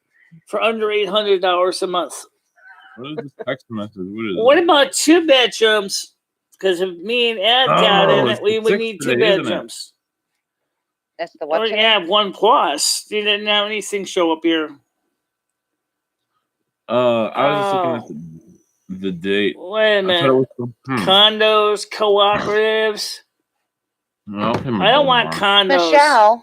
Michelle, Stan said he's an hour and a half away from you, and he will come and help you with Mike. Oh, that would be greatly appreciated. Because I could use some help talking to this guy. Just make sure he understands. Because I need to get his stuff out of my closet. Michelle, isn't he getting food stamp information at your house now? Yep. Yeah, that's the only meal he's getting right now. He got abusive with her, like verbally calling her a retard and stuff this morning. They got into a big fight. On the show? On the show here? No. She came on and she was very depressed. Oh, I'm sorry to hear that, Michelle. Sorry He was just getting mousy because, like I told him, I explained the situation again when the landlord wants him out. I said, you got to get up early so I can call the landlord to remind him to come by and collect his rent. I'm not getting up, he yelled. Well, I need you to get up. Yeah. And you can't be here when he comes by to pick up the rent. But at the same time, I don't know when my landlord's coming by to pick up the rent because he doesn't make times or days. He just shows up. And that's the problem. And I mean, couldn't you always call something with Jimmy and arrange it, Michelle? Just like, hey, I got your rent. Come pick it up. You always call something with Jimmy. Really and the thing is he likes to, Jimmy comes up here and picks up the rent. Right. But couldn't you just? And homeless Mike is sacked out of my couch. And Jimmy doesn't want to see him here. Yeah, let's put like a blanket over him, Michelle, like a baby bird or so, like you put the bird. So I think my landlord is probably voluntarily not picking up the rent so he can claim that I didn't pay rent so he can start evictions. Well, it's not even noon yet, Michelle. I told her, I said it was Easter weekend. He might have got busy. Yeah. And I don't think he's going to evict her. She's too good of a tenant. Evicted. Jimmy won't evict you, Michelle. You've been there, what, 16 years? Yeah. Yeah, come on. You're a good tenant. You pay your rent on time. I think Mike is just, I think as far as Mike goes, I think he's just having a bad day. Honestly, I'll be honest with you. I think he's just having a bad day because he realizes that his time is running out. He knows he's going to have to move. He knows that. Yeah, you better get on the ball with that stimulus. That's right, but he won't be getting it until Monday. That'll be in his H&R Black card. Well, that's a week. I mean, he's survived years upon years upon years, Michelle. One more week won't hurt him. He doesn't have any family up here anymore. Could you apply for HUD? Not in this apartment. I can't. I have to move for another place for HUD. They probably. And I don't want to get on HUD. I don't want to deal with HUD anymore. I don't want to deal with HUD anymore. I just want to basically pay full rent like I do now. And just basically just be independent like I am.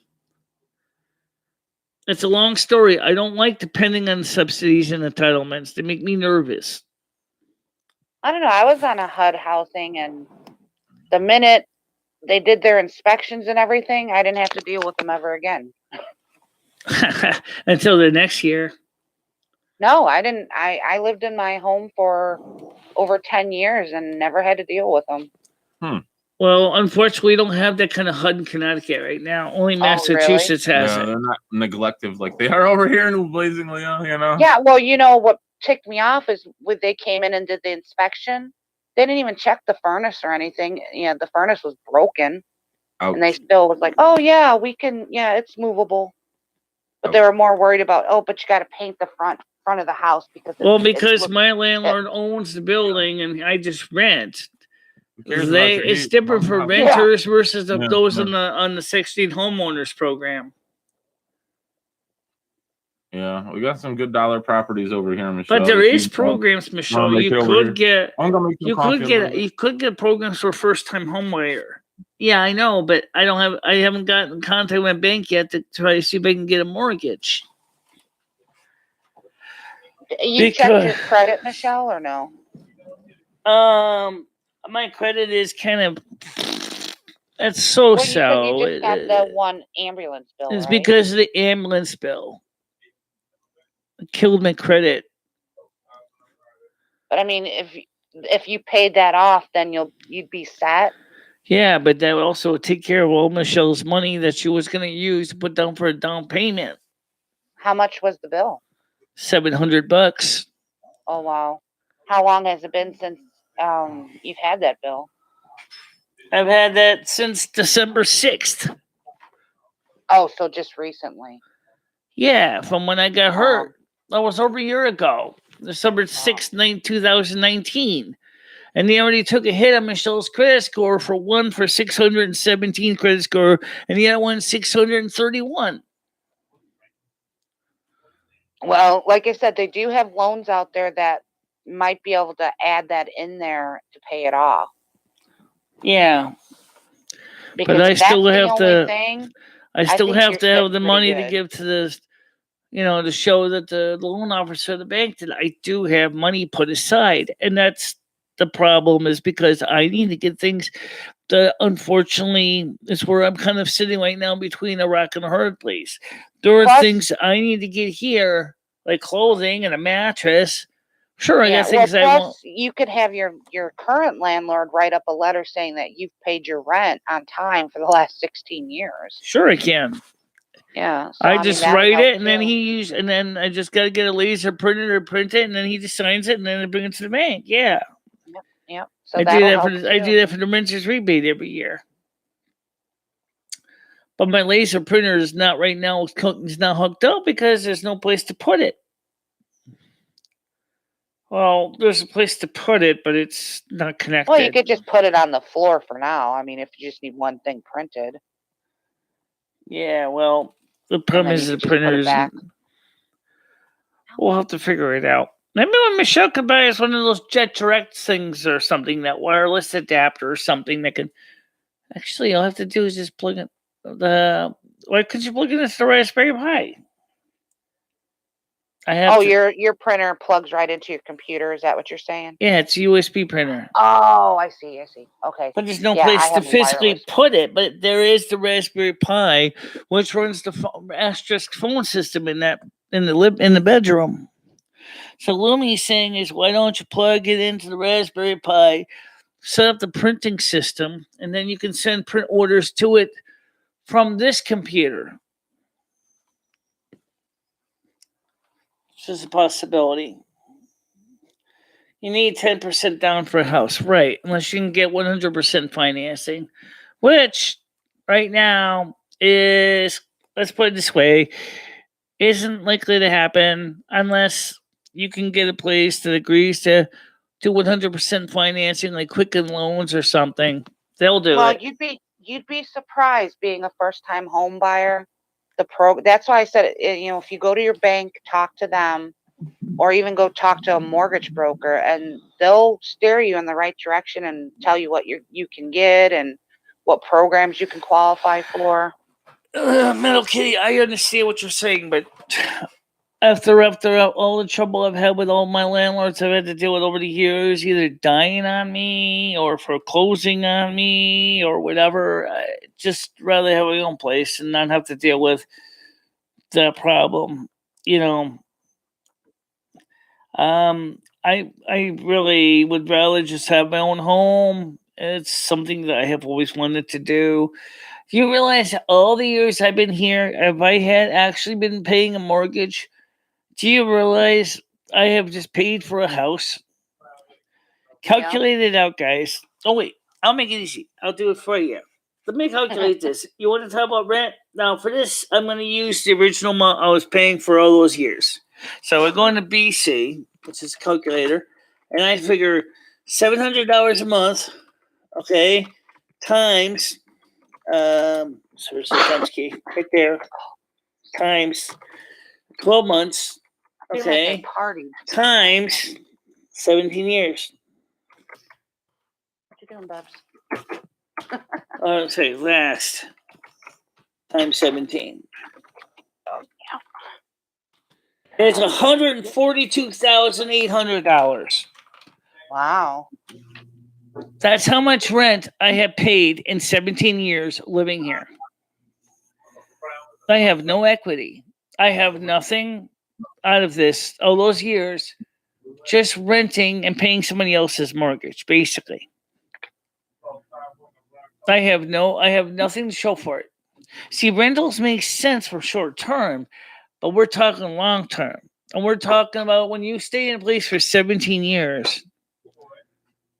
That actually is half the price of this building's appraised for. This building is appraised for $350,000. You already told Jimmy you wanted to buy the building. Yeah. So, but Jimmy still was hoping to give it to his kids, but the kids don't want it, right? So if you stayed here long enough, couldn't you actually get the building when it's on the market? Yeah, but it still needs a lot of work, though. This place needs a lot of repairs. Sure, it's a turnkey business. You know, it's got 10 apartments, 3 storefronts downstairs, plus a restaurant, which is leased out. But that's a lot of money. That we need to do things like we gotta, replace the windows because they're old and drafty. We gotta do some electrics. We have to go. We gotta get the gastricians in here to put in the gas for the stove and all that. And it's gonna cost money. It'd be too much to invest in, Michelle. And also, it'd be very hard for me to maintain it because the fact is my physical injury. It's a huge project just to maintain this place. It's not the same thing as a small cottage, This is a big place. That's why it's called the North American Snow Queen Palace and not the North American Snow Queen Cottage. Absolutely. It's a huge project.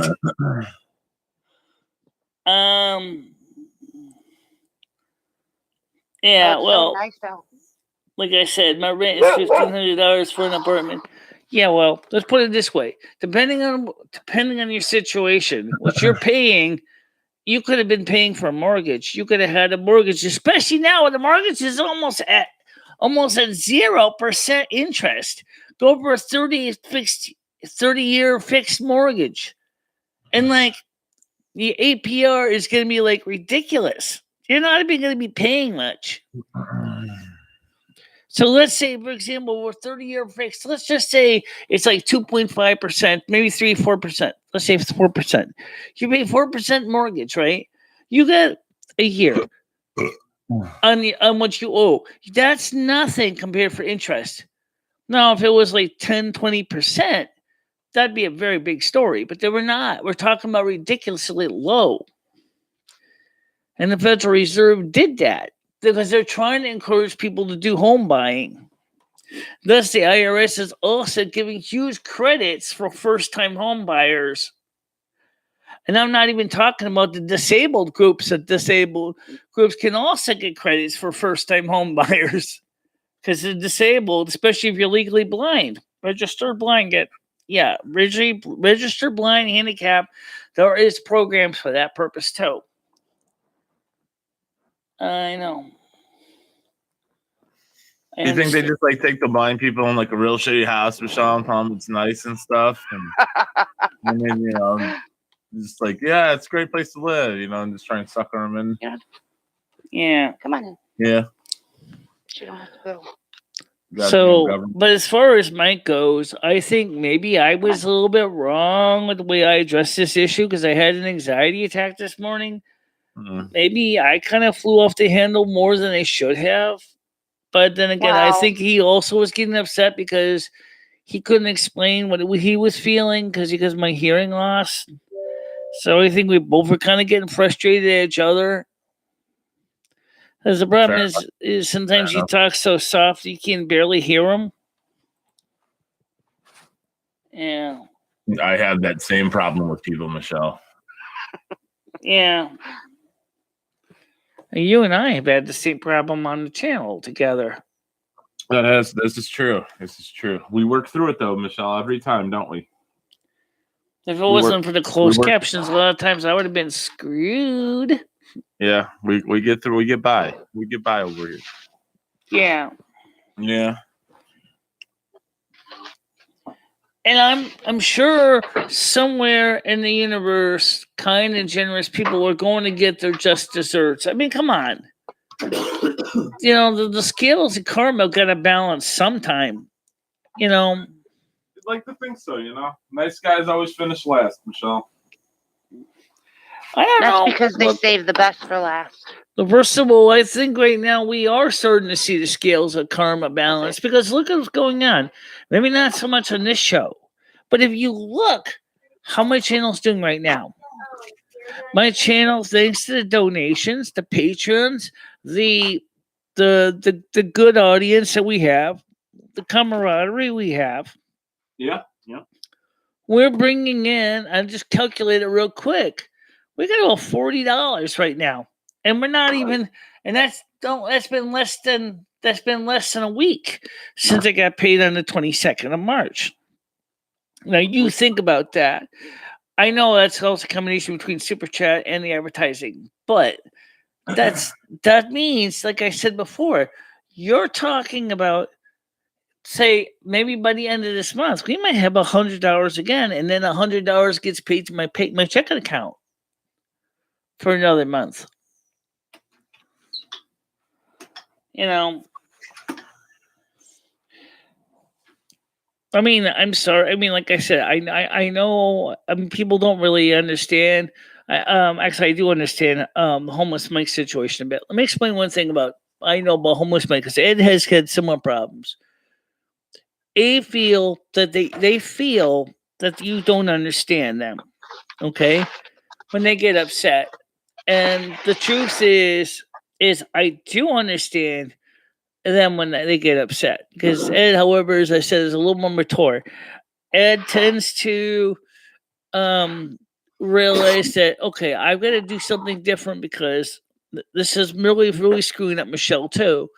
Whereas homeless Mike doesn't seem to see that part of the equation, whereas Ed did. That's why Ed doesn't know if he's going to come up here because he doesn't want to put me into a bad state. You know what I'm saying? Yep.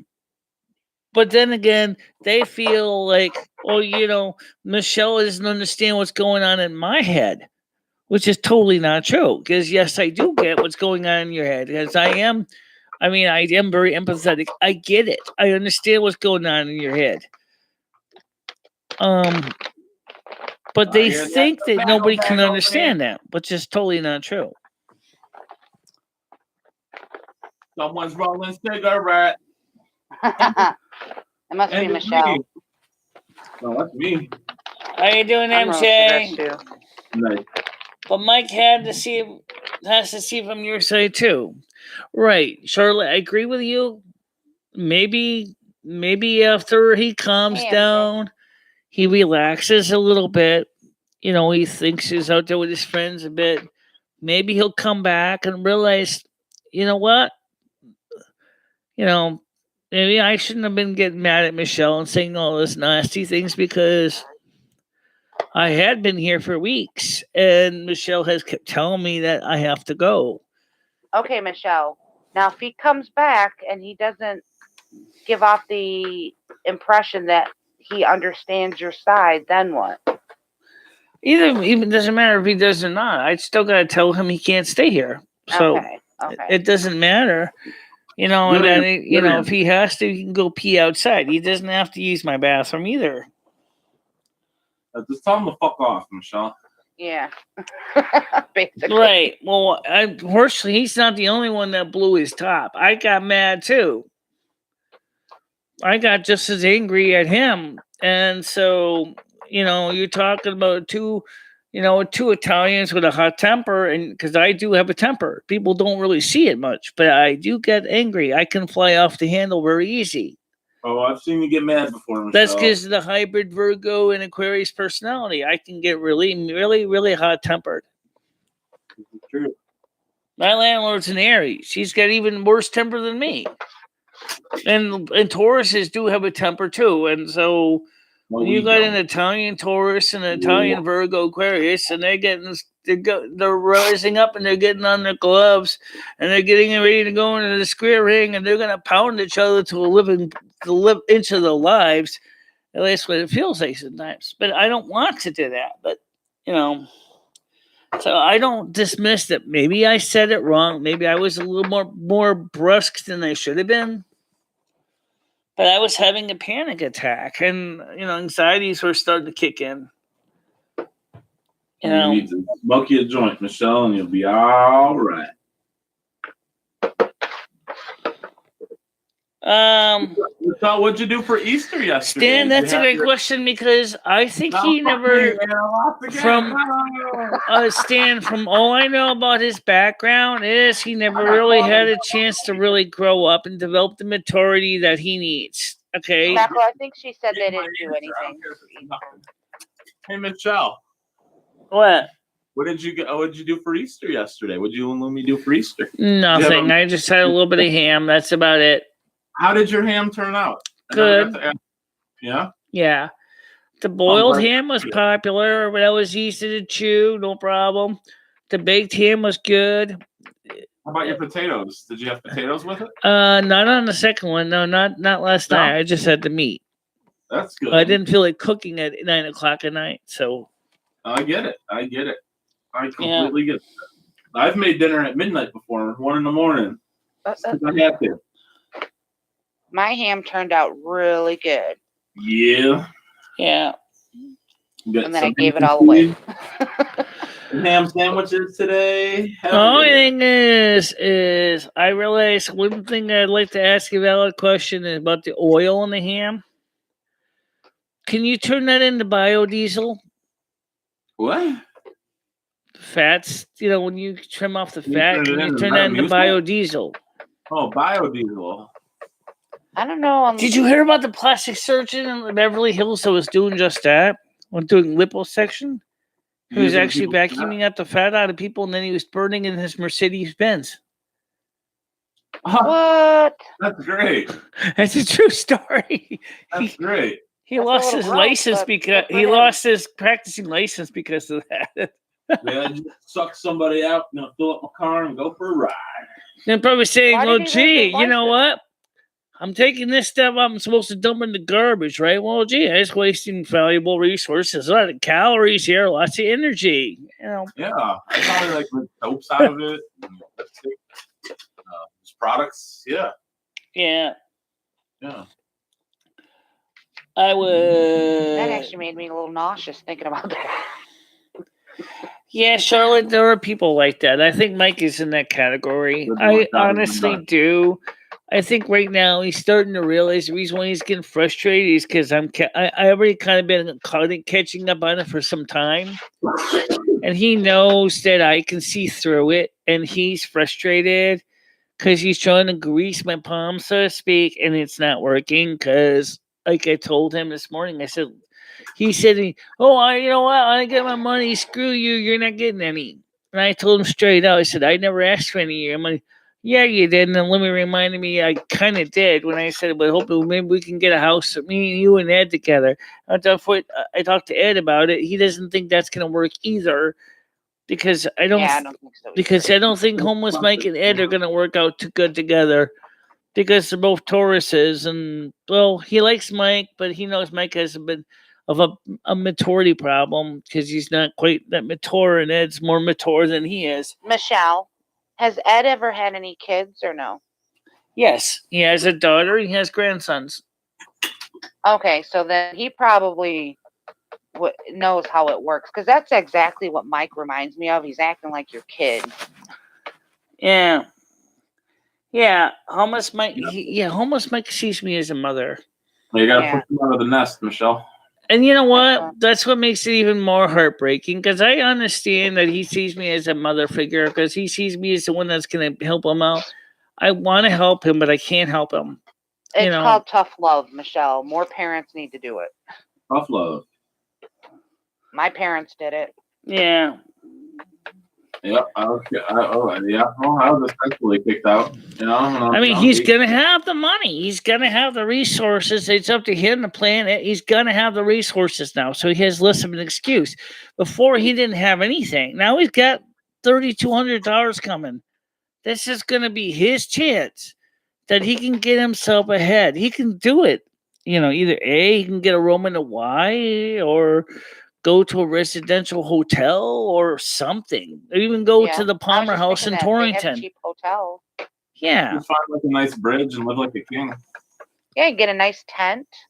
Yeah. And Yeah, I'm not. he can I'm get a not nice even tent. making a joke of that. Absolutely. He can get a Absolutely. nice all-weather tent, Like a because the army weather's tent. going to be nice. I mean, it's true. It's bad enough that they trash homeless people's housing and property, but you know what? I mean, there's nothing I can do about that. I mean, some of the people that he hang out with, though, I'll be honest, they're not necessarily any more capable of putting him up than I can. Because they have the same problem. They're on entitlements. They're on Section 8. They're in housing. They can't put him up because of the same reason. But it doesn't mean that I don't want to help them. I helped him get the Section 8 stuff done. I mean, not Section 8, the food stamp stuff. I helped him to get the H&R Block stuff done. Me and James, a friend of his, helped him to get that stuff in order. Now he needs to do the work.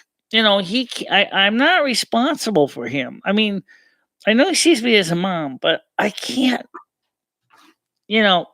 Oh, it doesn't help. And his mother's name is Michelle too. His real mother's name is Michelle, which is kind of funny because that's why I think there's a little bit of transference because he's mad at his real mom, and because when I get mad at him this morning, he took it out at me and called me the retard, but he calls his own mom the real retard because she's nothing but to him anyway as a never a will I don't even know her enough to say this right. I'm not gonna call her this. I'm not gonna call her a deadbeat. That's not fair. I don't know the person. She passed away. That's all I know. Okay. Bitch. But hey James, how you doing? Homeless Michelle, homeless Mike. Makes sense. Dummy will probably buy meth booze and an Xbox. I don't know about an Xbox. Or is he gonna plug it in? When you're on the meth, Michelle, you don't need it plugged in. Knowing him, he probably would just. Anyway, right? Knowing him, if he did buy an Xbox, he probably would just pawn it. Yeah. So why would you want to buy it in the first place? Good point. Good point. He does like to play games on his phone, but he doesn't even have an internet provider playing on it. Oh, he could now. He could have it prepaid now. Yeah. Did you hear Schmickel's latest song? No. Oh yeah, I put a new track out, Michelle. You want to hear it?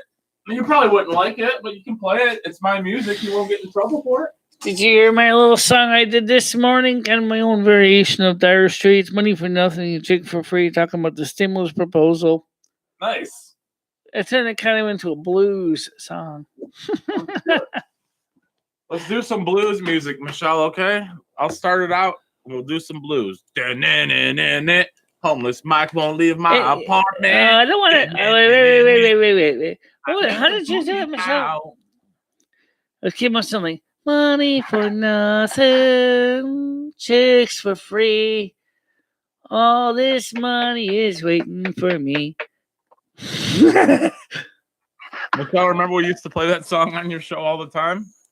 You get mad when not, and now you're singing it. Isn't it ironic? I need to write the lyrics down. I just kind of just ab-libbing it along. Anyway, just like I said this morning, I came on after I argued with Mike, and I was just like, I don't feel good. I feel crabby. I don't feel happy. I'm like, oh, but anyway, I did want to talk to you about something. I also checked into, guys. I was looking at. I mentioned this earlier in the show, but some of you guys obviously weren't here. About what it would be like for me to get a new amplifier for my stereo, because my stereo amplifier is from the 1980s, and it's like beat up and broken, and it's like I need a new one. And so I went on and I looked on the internet, and all I find is these Class D amplifiers. And one engineer plays it, and he puts the pattern up in the oscilloscope, and it looks like something like a pug hairstyle. I know just the sound wave. I was like, what in the heck? And the sound, when it came over my phone, sounded as bad as a buzzsaw. I said, I'm not paying $50 for this. You kidding me? I mean, I don't care if it's $50 for 80 watts per channel, or no, 80 watts total. And I was like, this is ridiculous. 80 watts. That's it. That's all I need. I don't need a 200 watt because my speakers can only handle 100 watts. Yeah, you don't want to blow them out. Okay, so there's no reason to go for, but that's 80 watts at 400 at 4 ohm load. Okay. Right. All right. So. So I was said to myself, well, what about a nice Class A amplifier? Like, I mean, something that's a decent, nice, well-known brand amplifier. That's something that's well-known manufacturer. Because Pile is Pile garbage. You know that, right? Pile is not that great. Yeah, I never liked that brand. I've always been like a big Technics or Pioneer. Yeah, I looked at some Pioneer amplifiers. So that's it. 300, 400, 500 and up. Okay. And so I said, damn it, these solid state amplifiers are just as expensive as the vacuum tube amps. So what's the difference? Besides, obviously, you get more watts, right? So I went ahead and I found a couple nice Class A single-ended EL34 amplifier by Nobe Sound for about $400. Woo. Okay. Woo. Now, of course, it's only about 10 watts. Okay. Just because there are reasonable reasons why vacuum tube amps don't really go for like 500, 600 watts. They're just has to do with that's the way the tubes work. But all right, so I know my speakers got the kind of ability to run that kind of amp. Because I plugged my 6V6 into one of my speakers and they played fine. So I'm like, well, I've always wanted to get a new tube amplifier. But hold on, because there's another problem. We still have a laptop to get. We still have to get my hair done. And now it's like, now we're talking about amplifiers on top of everything else. I don't think that's going to happen. I can't afford to do it, And that's the thing is because there's one thing about Virgos is that we're always second guessing ourselves. Is this the right decision? Am I making the right choice? So we sit there, we second guess ourselves, and then we basically totally neutralize ourselves, and we don't achieve anything. It's like we're constantly grinding the clutch. Do I go ahead or do I go backwards? Do I do this? Do I do that? I don't know. I mean, everybody keeps saying, save the money, save the money, save the money, save the money. And that's fine. But I kept saying I wanted to get the MacBook. The MacBook's not a problem. Have you checked into the mattress yet? Or the mattress. That's just the other one. So the mattress I can get. The MacBook I can get. If I get those two things and nothing else, that's fine. Well, then we talked about down payment for a house. Oh, that means more money has to go be put aside somewhere. How am I going to do this?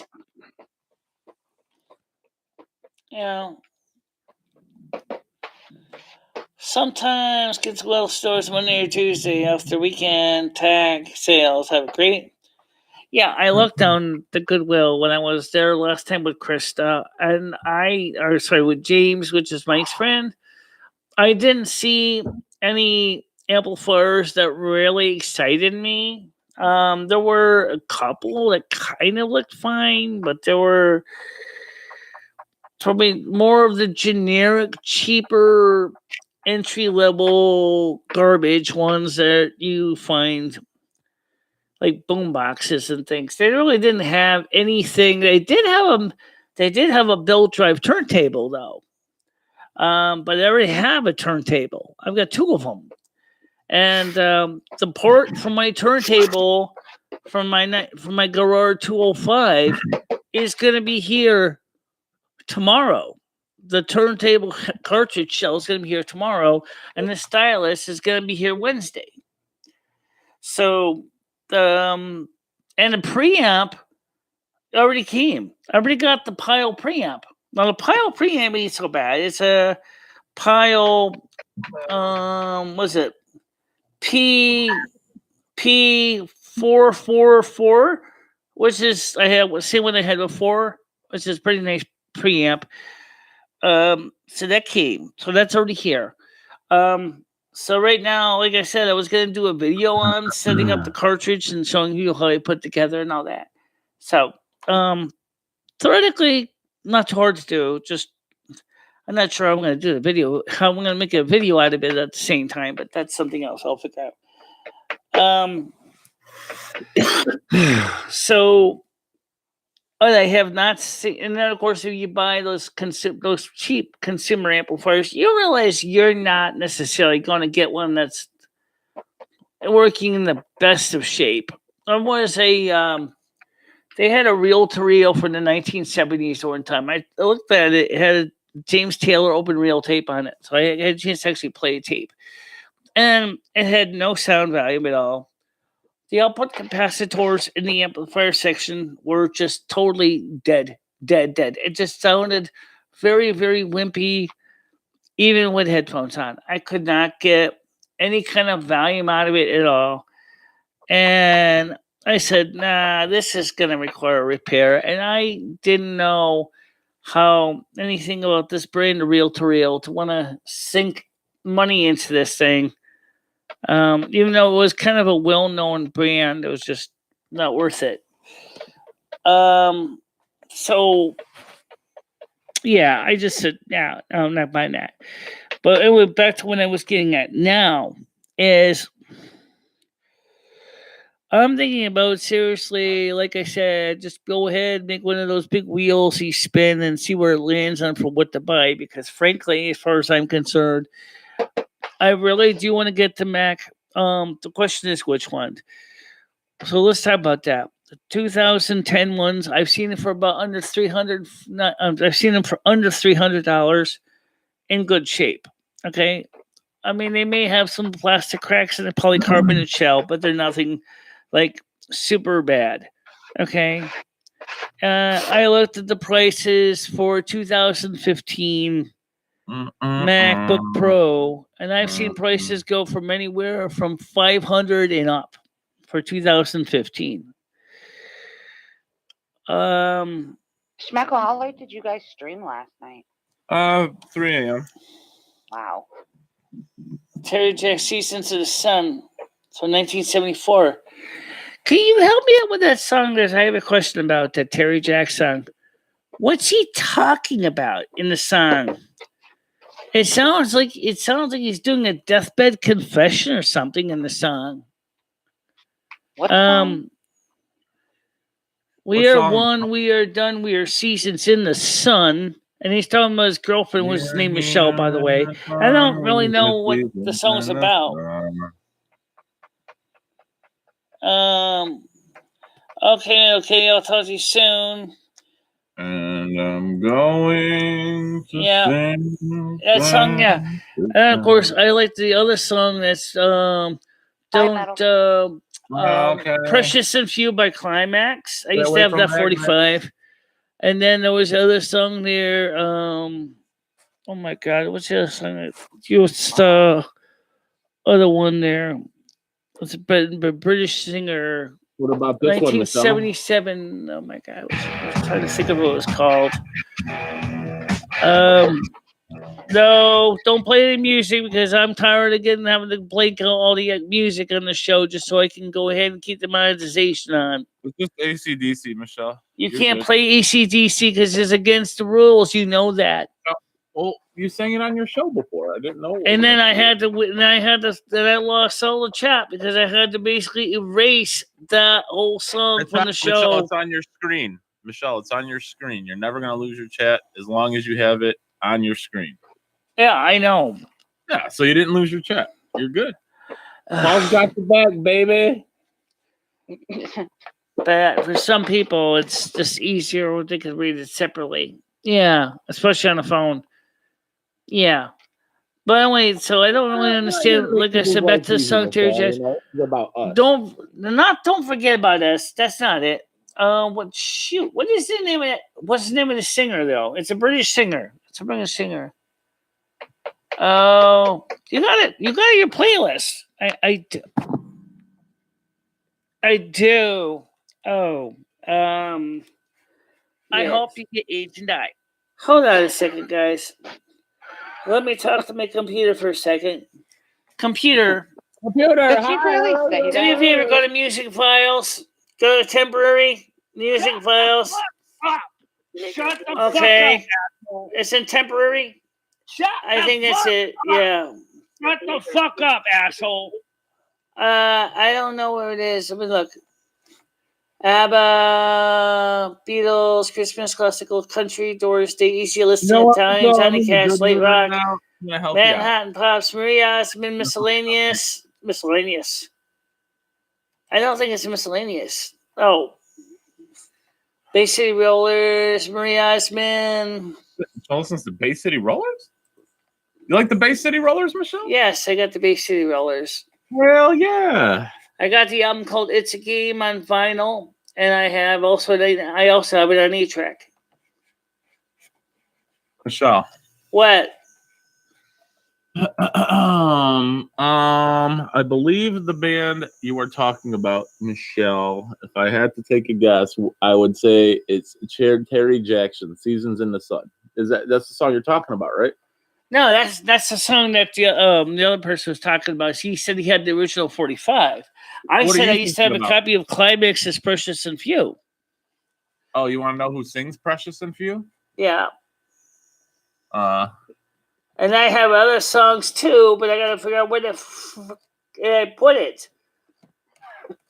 You know how many songs you got in here? I know.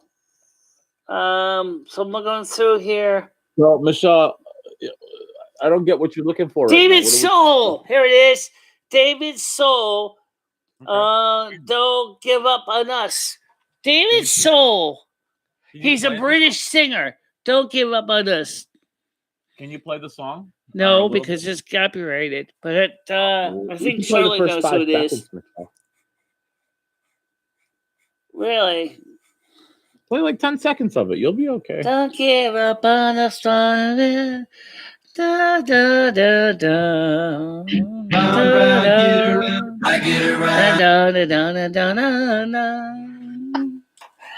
I saw the video. He has the video on YouTube. That's where I got the song from. I ripped it off the video because I couldn't find the 45 anywhere. Okay, so but now I found the 45 on eBay. Starsky and Hutch.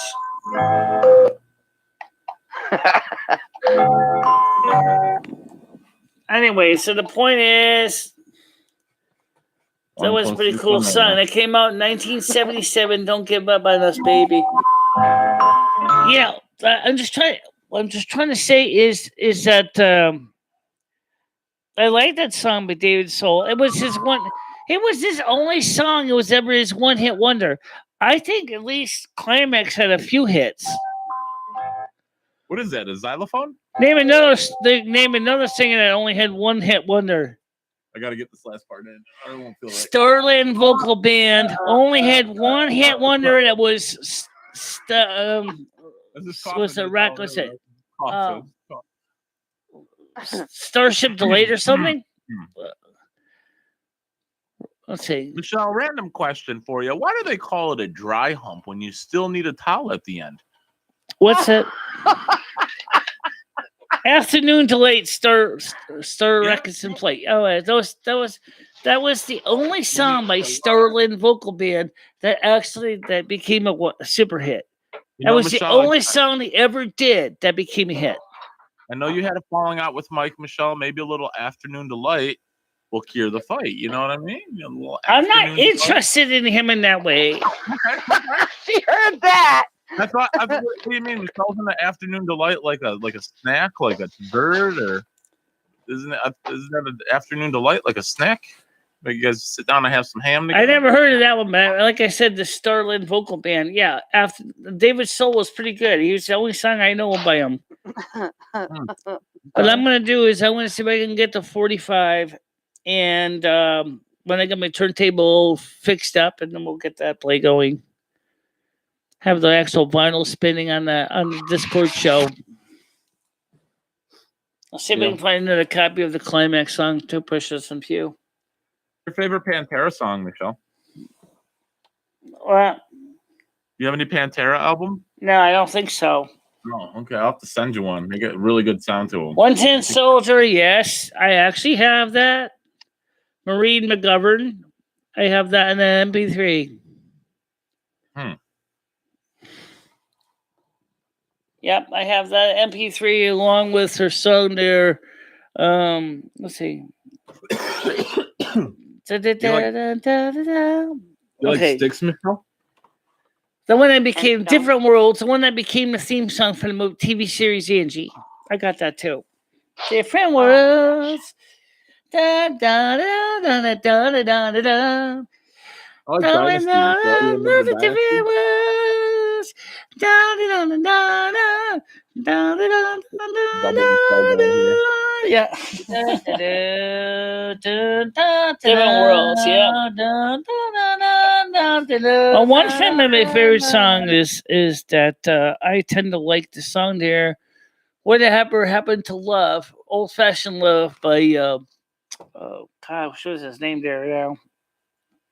What's love? Whatever happened to Old Fashioned Got to Love? do. Dun, dun, dun, dun, dun, dun, dun, dun, dun. Okay, I forgot who's singing that. Yeah, he's actually. Isn't he normally like sings the country songs and stuff? Yeah. No, no, no, no, no. This is straight.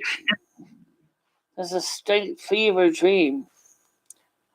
Well, speaking of that, all the songs by the Bee Gees, Staying Alive, Saturday Night Fever, Jive Talking. Yeah, I have the album. I have the Greatest Hits album. I also have one of the earlier albums before they had big with the Saturday Night Live break that they had with the movie. I think I have the Saturday Night Live album soundtrack too. You might have it. I have to look. Fuck it.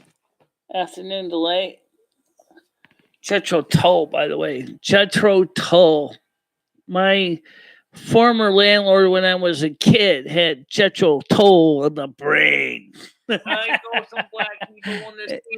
All his son Jeffrey did was play Jethro Tull all the time. So when I be in the bathroom, always in your son blasting Jethro Tull on the stereo down in his bedroom. Oh, right below my bathroom. Uncle Lung, yeah, I've heard of that one. So the point is, good shit.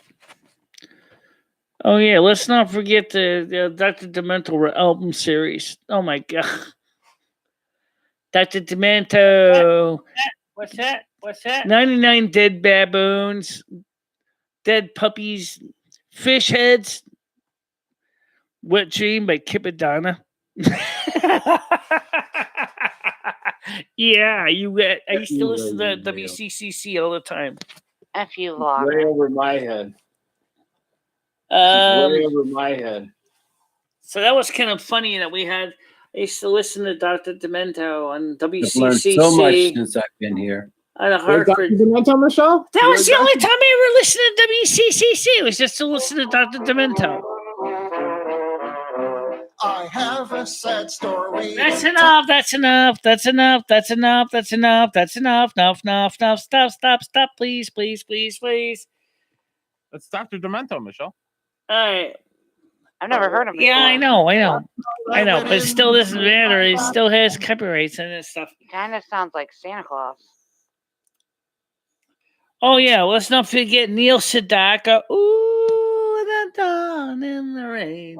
Da da da. Okay, what else do you remember? Linda Ronstadt. Oh yes. That's good. Rod Stewart. You're no good. You're no good. You're no good, baby. You're no good. Do do do do. Okay, no music. Come on, guys. Why do you have to make me lose my monetization? Please don't make me do that. Sorry about You have the polka set as your ring. Benny Hill. I have to keep turning you down until you stop with the music. Duh.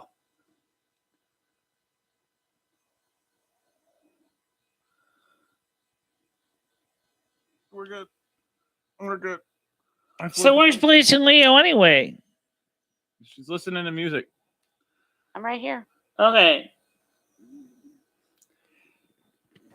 So You were kind of going off on a little ramble. Howard so I was Stern just started on WCCC 106.9. He lived in the Fleabag Motel in the Berlin Turnpike next to the. Yeah, I do know that backstory about him. Yeah. Mm. Well, it sounds like, Michelle, you're feeling better now. Yeah, a little bit. Yep. Yeah. Well, when you came on, you sounded like Yeah. lost. Yeah. Kind of like the song there by Linda Ronstadt there. Keep me from blowing away. Keep me from blowing a gay? No, away. Oh, away. Okay.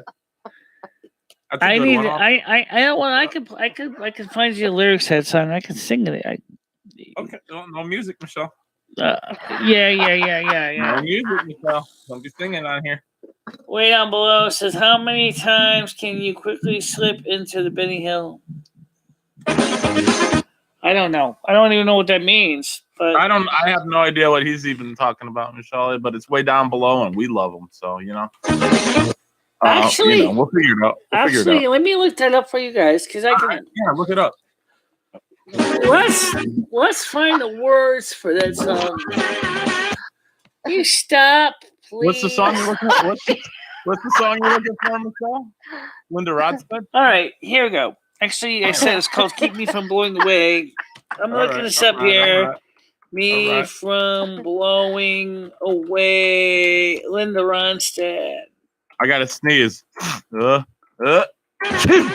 Lyrics. All right, I don't know if I'll complete this as well. So we'll find it here. Yeah, Mallory. All right, so I'll read them to you anyway. All right, okay. I actually could sing it because I know the company that pretty good. It says here. Well, I spent my whole lifetime in a world where the sunshine finds excuses for not hanging around. I squandered emotions on the slightest of notions, and the first easy loving I found. But soon all the good times, the gay times and playtimes, like colors ran together and fade. Oh Lord, if you hear me, touch me and hold me and keep me from blowing away. There's times when I've tumbled, when my mind remembered the days that have just crumbled away with nothing to show. But these lines I know are beginning to show my face. Showing my face. Oh Lord, if you're listening, I know I'm no Christian and I ain't got much coming to me. So send down some sunshine, throw out your lifeline, and keep me from blowing away. And then, of course, that's the song there, Blowing Away, by the Linda Ronstadt. It was actually written by Chris Christopherson, I believe. How about the song Stumbling In? You like that one, Michelle? Oh, I like that one and Hurt Like a Wheel. Can you look up some Stumbling In? Our love is a lie, so it begins. Putting it all on the table, stumbling in. Yeah, do that one for us, Michelle. Yeah. Well, anyway, like I said, Oh, shot down. All right. Well, I have to see me the landlord. If you want, okay, it's okay. So I'm getting caught up here. Now there are visions of Michelle chasing Michael around the apartment. yeah, and that's what I video was music. thinking. To that fucking song. Oh my god, I wasn't the only one. Thank you. Yeah. When did you get into rap? I don't do rap. You stop. You should try and rap, Michelle. Can we put together one right now? I don't do rap. Anyway, so let me take a quick look Rap at this. is just poetry. How many times can you so quickly slip me in the middle of a trap? Michelle, I heard you featured a hit track for Drop last night. I don't know what the hell that's about. Now the visions of Michelle chasing my apartments during the Benny Hill trap. I don't think so. Masterful. Michelle, when did you get into rap? I don't do rap. You will, Michelle. I'm gonna get you out here to the studio. I don't know. You guys are kind of driving me crazy now. You know what, Michelle? I'm going to stop now. I want to rub your shoulders, Michelle. I want you to feel good. Michelle, the Dark Moon Fair is upon us. Are you going to the Dark Moon Fair this week? Got 1 week, Michelle. Didn't it already start? It started yesterday. It started on Easter. So it goes till, and it'll go all the way through Saturday. So you've got, a few days here. That's up to you. I think you should get on some World of Warcraft, Michelle. Have some fun, relax a little bit. Well, like I said, I'm also trying to decide of a couple of things too. When is the Burning Crusade Classic coming out? Good question. That is a good question, Michelle.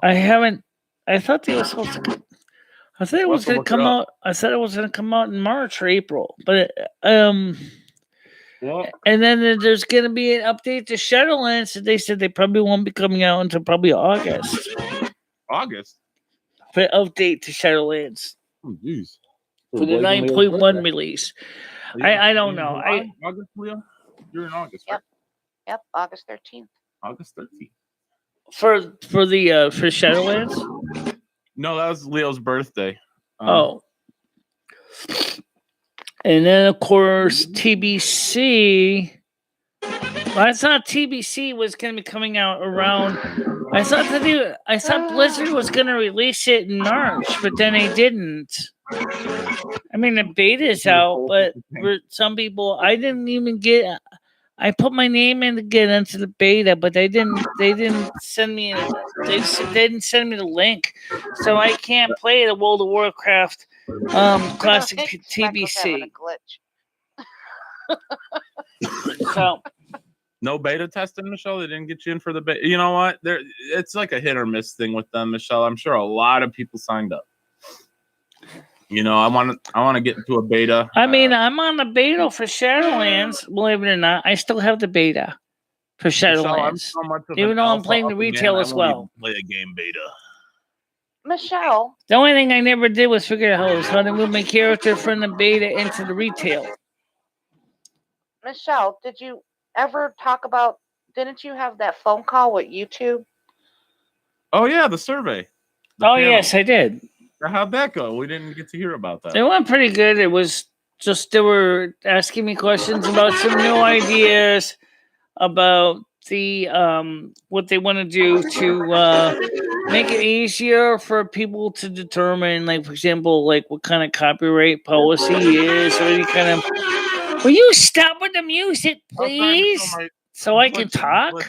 I'm sorry. Go ahead, Michelle. You're asking me a serious question. I'm trying to answer it. No, please. It's very distracting. I'm sorry. Okay.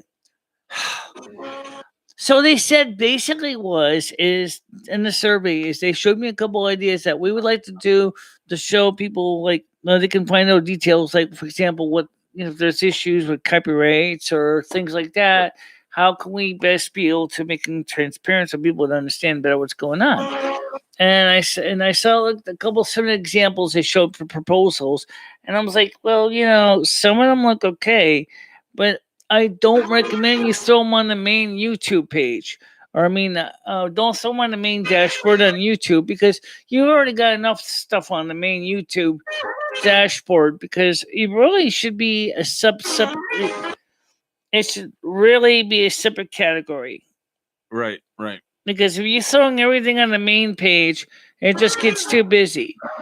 And then they also showed me an example where there was giving me a directory, a list of all the things that were wrong, and they were like, some of them had like 4 or 5 lines of explanation in the video. In the video in question. So I was like, why so much information right there on the screen? And part of it's nice, but part of it's not.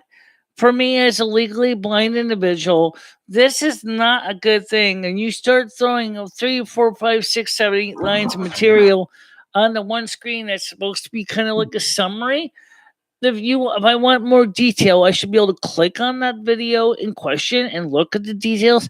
Otherwise, I don't need to see all of that information because it's hard on my eyes. And I said, well, we don't have too many people that are legally blind in our survey group. I said, I understand that. I'm one of the few here. That's why we need to take your opinion, Michelle, to heart. But I also talked to them afterwards about something else, which is about the people who impersonate other YouTubers on YouTube, and I said, first of all, why doesn't YouTube have a filter that checks for colliding nicknames or usernames? There needs to be something that if, say, John Doe signs up and there's already a John Doe on YouTube, right, that YouTube can say, excuse me, but there's already a John Doe. You can't have the same name. I said, well, I can call myself John Doe 2, right? Yeah, I guess you can call yourself John Doe 2, John Doe 3, John Doe 4. It's fine. But also, for the channels that like mine, is we need to have the verified check marks still show up because we earned it, because we went through the verification process when we became monetized.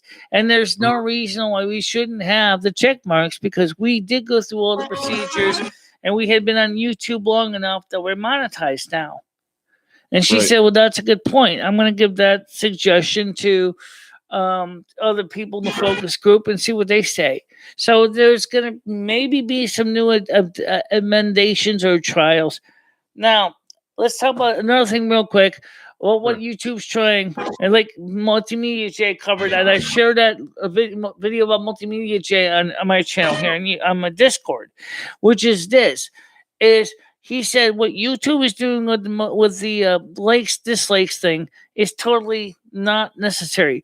We all know that technically the likes / dislikes is basically just a carryover from the past, and that it doesn't really do much anyway, because the YouTube's algorithms have kind of basically screwed people and went to looking into more detailed analytic details. So therefore, it makes no sense if someone clicks 1 million likes or dislikes your video.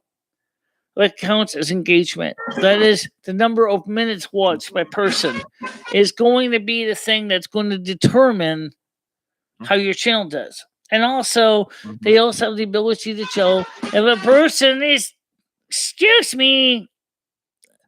muting the show and just watching it passively in the background, or if they're actively engaging or just watching or not, or if you fall asleep on a video, they can figure that out too. But also what YouTube has said that they got to do is they need to find a better way to make sure for the community guidelines, which is related to this, and copyrights. I mentioned this real quick. We said that was one of the things that we talked about on that panel, but Multimedia J also covered it too, is YouTube should find a way that the people are the music content creators, the other content you're using is only getting a small portion of what is used of them for the monetization. So if you got a video and you use 5 seconds of a song, they should only get 5 seconds worth of your ad time. They shouldn't get the whole damn thing. That's Michelle, what he was saying. Are they going? Are they going to get back to you about any of this? About your questions? I'm still involved in the program. Yes, I'm still involved with the Michelle. survey group. So I'm Isn't sure today your big- that they're going to get back to me, and I'm Michelle, sure I'm going isn't to today probably your- be okay, part we'll of be the right back next focus group. Michelle, isn't today your big meeting with Apple? Don't you have your Apple meeting today at 4:42? Let's put it this way. That's not yet. It's going to be at about 4:24 p.m. Oh, 4:24. Okay. I'm looking forward to hearing. I how that personally goes. don't know what they're going to do. I don't either. Maybe they're going to just send me an email and say, "Hey, okay, Michelle, here's what you do. You click on this link. You fill out all the information. You give all your IDs, whatever, and then we'll go ahead and once we have verified that you got your driver's license and all this, then we'll go ahead and we'll reset it for you." That might be what they're going to do. Let's hope it's that easy. It might be that easy. Let's hope. Might be. I don't know. All right, Michelle, I'm guys. so close. Let me finish it off, Michelle. I'm so close. Just let me finish it. All right, listen, guys. I have to go. It's already 12:45. After like 5 fucking loops of this song, it's never ending. We're not gonna make it, guys. How many people are even watching this thing? I have no idea. 11 with 13 likes. Okay, so that's good. All right, but you know what, Michelle? I'm gonna give you. I'm gonna drop another bean in the jar, Michelle. Hold on, ready? Boom! Another like for you, Michelle. Put another bean in the jar for you. Look, guys, I have to go anyway. I just okay. I put a bean in the jar for you. All right. Michelle. Anyway, listen. I'll see you guys tonight at 7:00. All right, Michelle. All right, Michelle. I hope you feel better. Right.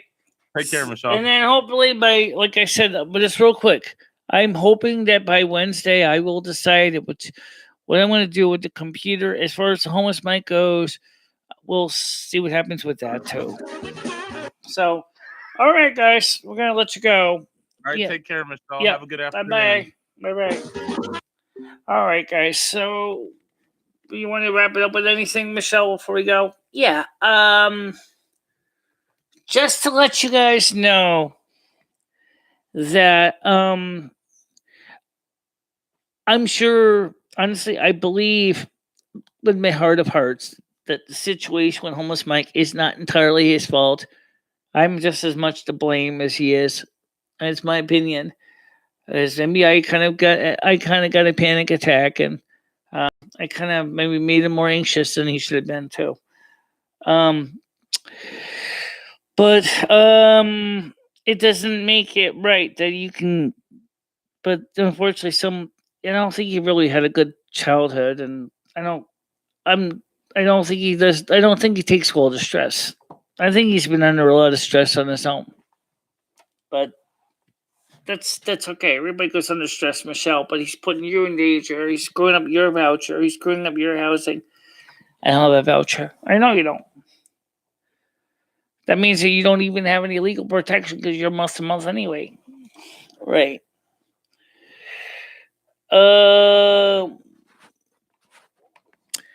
You can watch that at the beginning of the morning show.